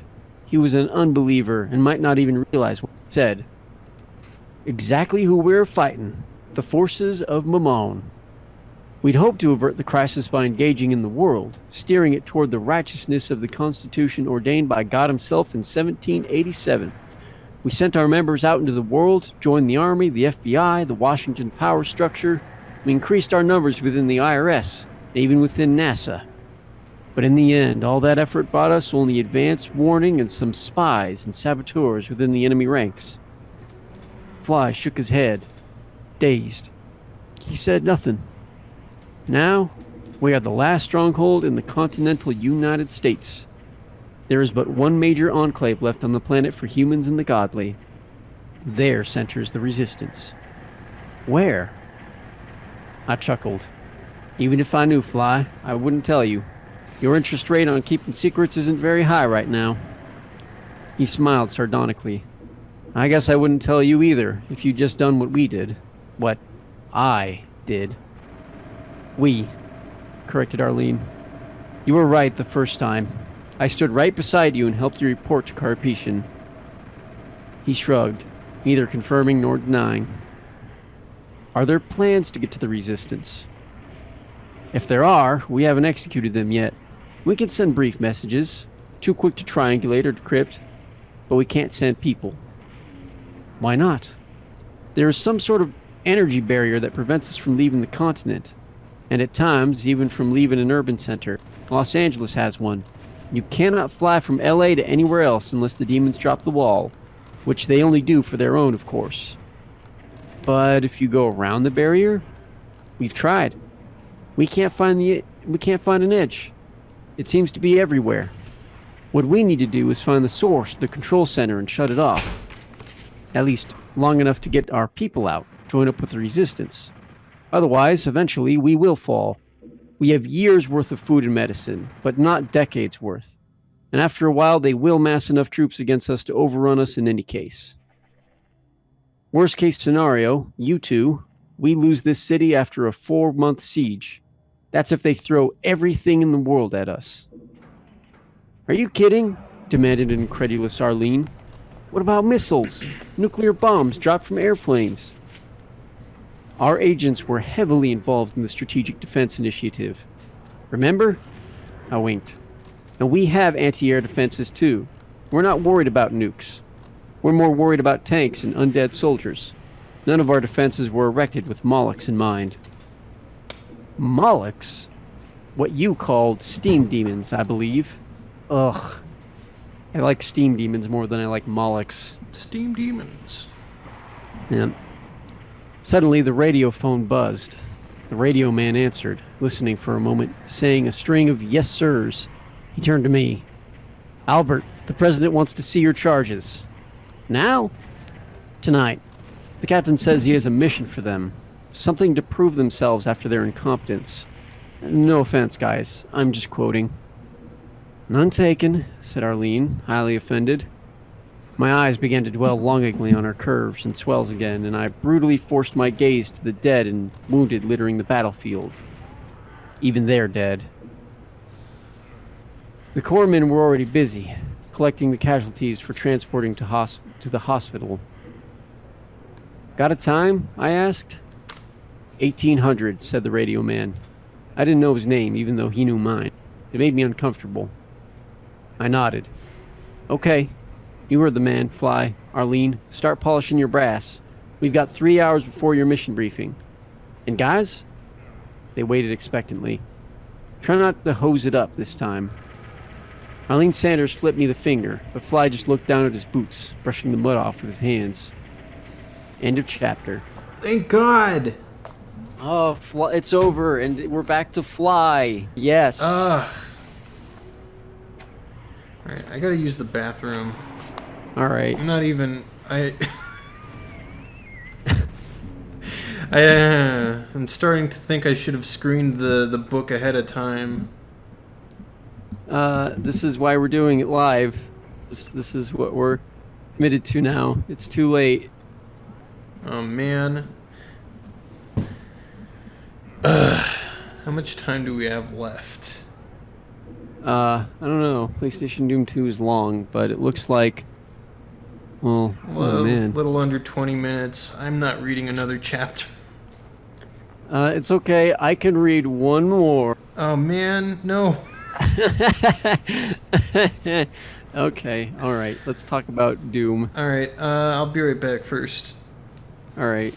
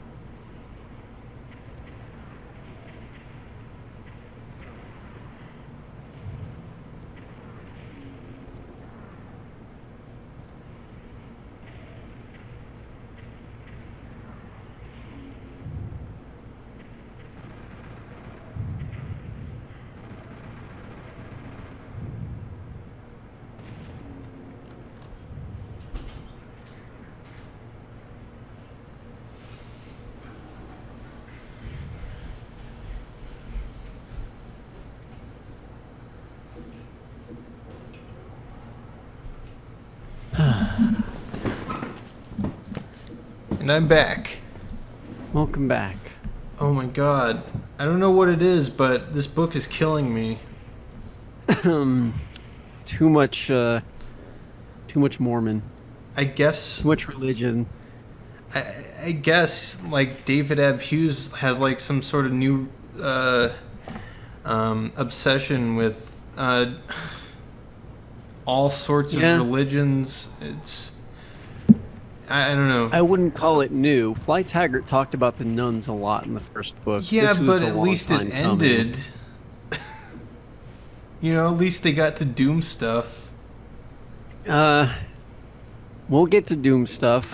I just don't know if it's going to be halfway through the book or a quarter of the way through the book. We're like past a quarter of the way through the book. We're on page 73 of 248. Oh God. Well, we're 25ths through. It's all right. We'll get to the Doom part of the book. Oh, at God. like page 120. Oh my god. I actually developed a headache like on the way back from the bathroom. It's crazy. Ugh, luckily we're in Monster Condo, so Hey. near the end. Oh man, we never learned if they built the monster condo or not. Well, we haven't even gotten to entryway yet, so Yeah, but with the way things are going, do you think we're ever gonna learn? no. Especially considering that I guess book 3, Flynn Taggart seems to be fighting the demons in space. That's all I can surmise from the cover of the book. But they have like this weird Mormon conspiracy stuff. Like what? Right? What is going on? Oh boy. Yeah, that's how I feel too. That hurt me to read that much. Sorry. It's alright. It's a good thing no one's watching the stream. Oh boy. Right? Oh. It's alright. It'll go on YouTube and they'll watch it retroactively. Oh jeez. But I guess what I liked from the first one that they don't have here is just the bizarre, like David Abs Hughes, like bizarre descriptions for stuff that happens in the game and it's just not happening. Like Right? they It's just- they built a junkyard spaceship that was kind of neat, and then they were in Utah for like 7 years and are still in Utah. For 70 years, it's already been that long, I don't know. That's how long it felt. right?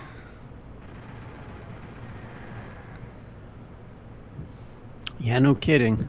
Ugh.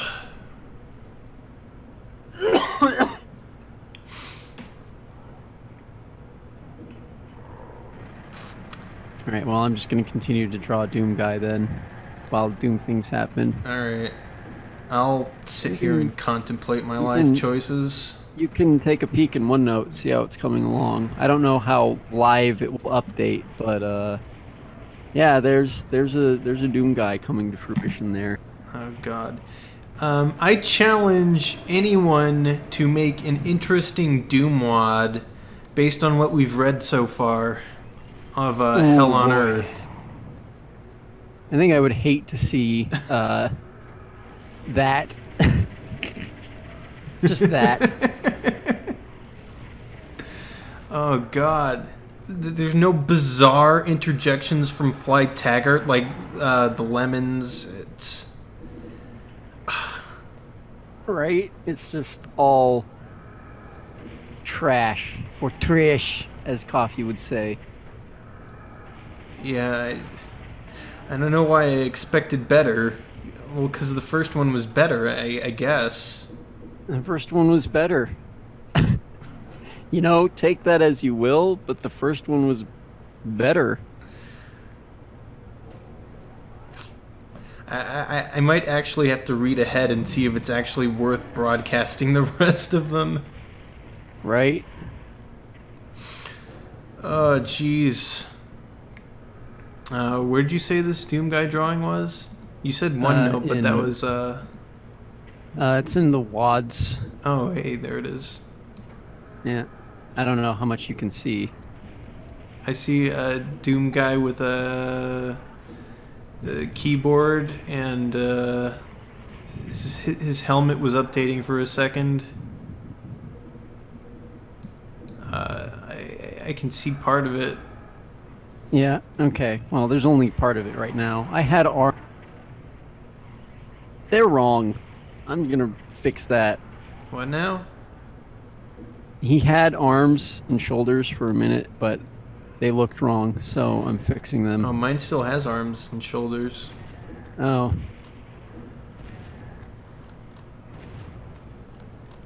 Yeah, I don't know how this updates. I don't know.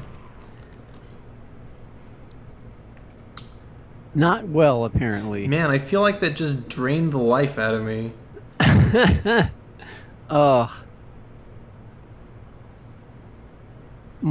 So what you're telling me is that you're not a fan of Mormon.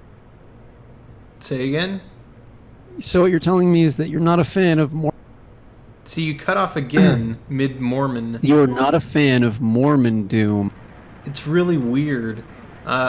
No, I guess I'm not. Is it even Mormon Doom? Like, some of them aren't even Mormons. I don't know enough Uh, about religions to be talking about this. Yeah, but they're all conspiracy loonies. They were planning to fight the United States. Yeah, yeah, it's. Ugh. Ugh. Yep, pretty much.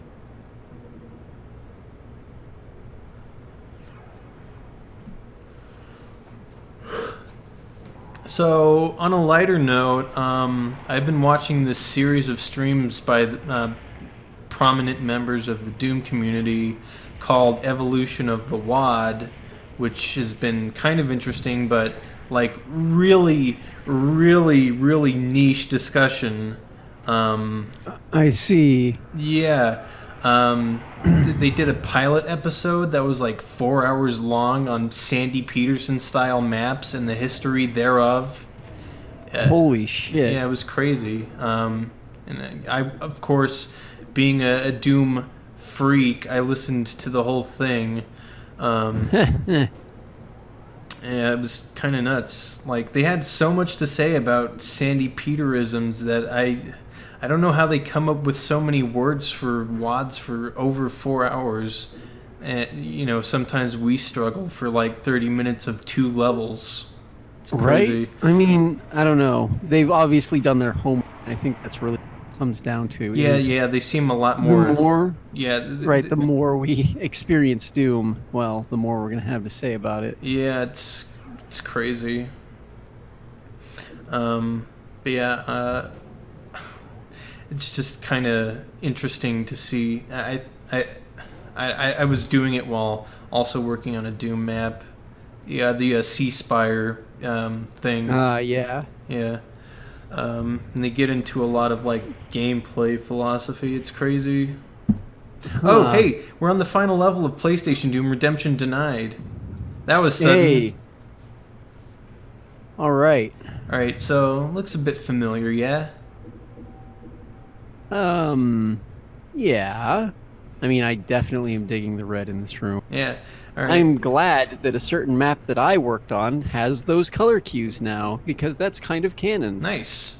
Yeah. But yeah, it's not the icon of sin. That doesn't exist in this What? port. What is? This is the final level, Redemption Denied. It's a billion barons. There's a twist. There's a certain enemy we haven't seen somehow through all 60 maps of this so far. What? Yeah. Okay. Pain elementals, Mancubi. We've seen arachnotrons. Yes, we fought have. the Spider Mastermind. No, we have not. Wait, what? Oh god. Oh, we haven't. Yeah. Ah. Yeah. But first, Hey. we gotta kill like 12 barons. Okay. So yeah, this is kind of a Dead Simple style map, except it's not really that great. There's not much to it. You just kill barons, which I'm not a fan of. They take forever to kill, and especially large groups of them. But yeah, once you kill them, well, after I kill them, come on, there we go. Just wait for it. Wait, is that what triggers it? I'm not sure now. There might be a switch. Oh, I guess it rose these stairs. Oh, there he is. Yep. Oh, hello. It was killing the barons. All right, is dead. As usual. Well, there's another one. So What? Oh my goodness. double spider masterminds. Oh, well, it is Doom 2. Yeah. Ah. And there's no J-19 jet fuel or whatever to make them slip on. No, we don't have the shoots and ladders method. Yeah. No mouse trap today. Like, it's really overly designed for what it is. Like, there's teleporters that warp you to the other ends, but there's like no reason at all to use them. It's crazy. Alright, now I just gotta find the exit, which is in the corner. Okay. Sure. There, I've why beaten not? Doom 2. Now, Yeah. you remember what happened last time I beat PlayStation Doom IWAD thing? We got a little thing. Yeah, we got a thing. Yeah. Here we go. Come on. Load faster. Come on. Here. Come on. Yes. Oh. Turning the evil of the horrors of hell in upon itself. You have destroyed the power of the demons. Their dreadful invasion has been stopped cold. Now you can retire to a lifetime of frivolity. Congratulations. Oh my god, what a jerk. Man. A lifetime of frivolity. Now you can retire. You have destroyed the power of the demons. Yeah, That's like something a 5-year-old would make up. right. Oh man, but And again, it's more beautiful 90s. Just you won, but at what cost? good job, idiot. Right. Some hero you are. Oh, but yeah, you get the shooty credits again. That's still fun. Nice. Yep. Even in the thing here, the Revenant is slow, just slow. Hmm. And of course, the final boss is before the real, deal, Cyber Demon. And I think there's Alright. a death reel included in this too. Hmm. Yeah, I think the last one had one, didn't it? Yeah, it did. Yeah. So it goes to reason that this one does too.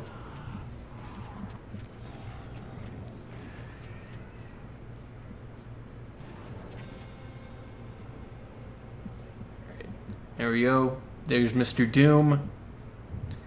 And Death Reel. And... oh. There it is, Death Reel. All right. Here we are in the Gauntlet, the one with the super irradiated closet of shotgun guys that we keep bringing up. Yep. It's like My favorite. yeah, tricks and traps. I never showed off this trap properly, so here you go. I turned too slow, and there's no way out. Well, Yep. dang. Every version of Doom 2, you can't escape this pit. Oh yeah, and there's also a little special thing for if you gib in this version. Doom Guy's head pops like a grape. Ha. That's a nice touch. Yeah. Oops! Well, Yep. Here Ripperino. Yep, here I am in the mansion, getting eaten in the dark.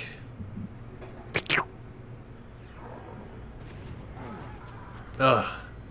I never did get that supercharge. Aw. Had some trouble with the Right. mansion. Oh, wow, yeah. There's that chunk damage I had been talking about for PC version. Dude just did more than 50, did 50 or more damage to you. Well, yeah, I had no armor on, so... Yeah. Oh well. That's the end of PlayStation Doom, finally. All right. Oh, God. But not the end of Flint Haggart's Fantastic Adventures. Oh, God. You know, fantastic, quote unquote. Fantastic. Mormon. Uh-huh. Yeah, that's The end. the end. Time to close the stream and kick bubblegum. And I'm all out of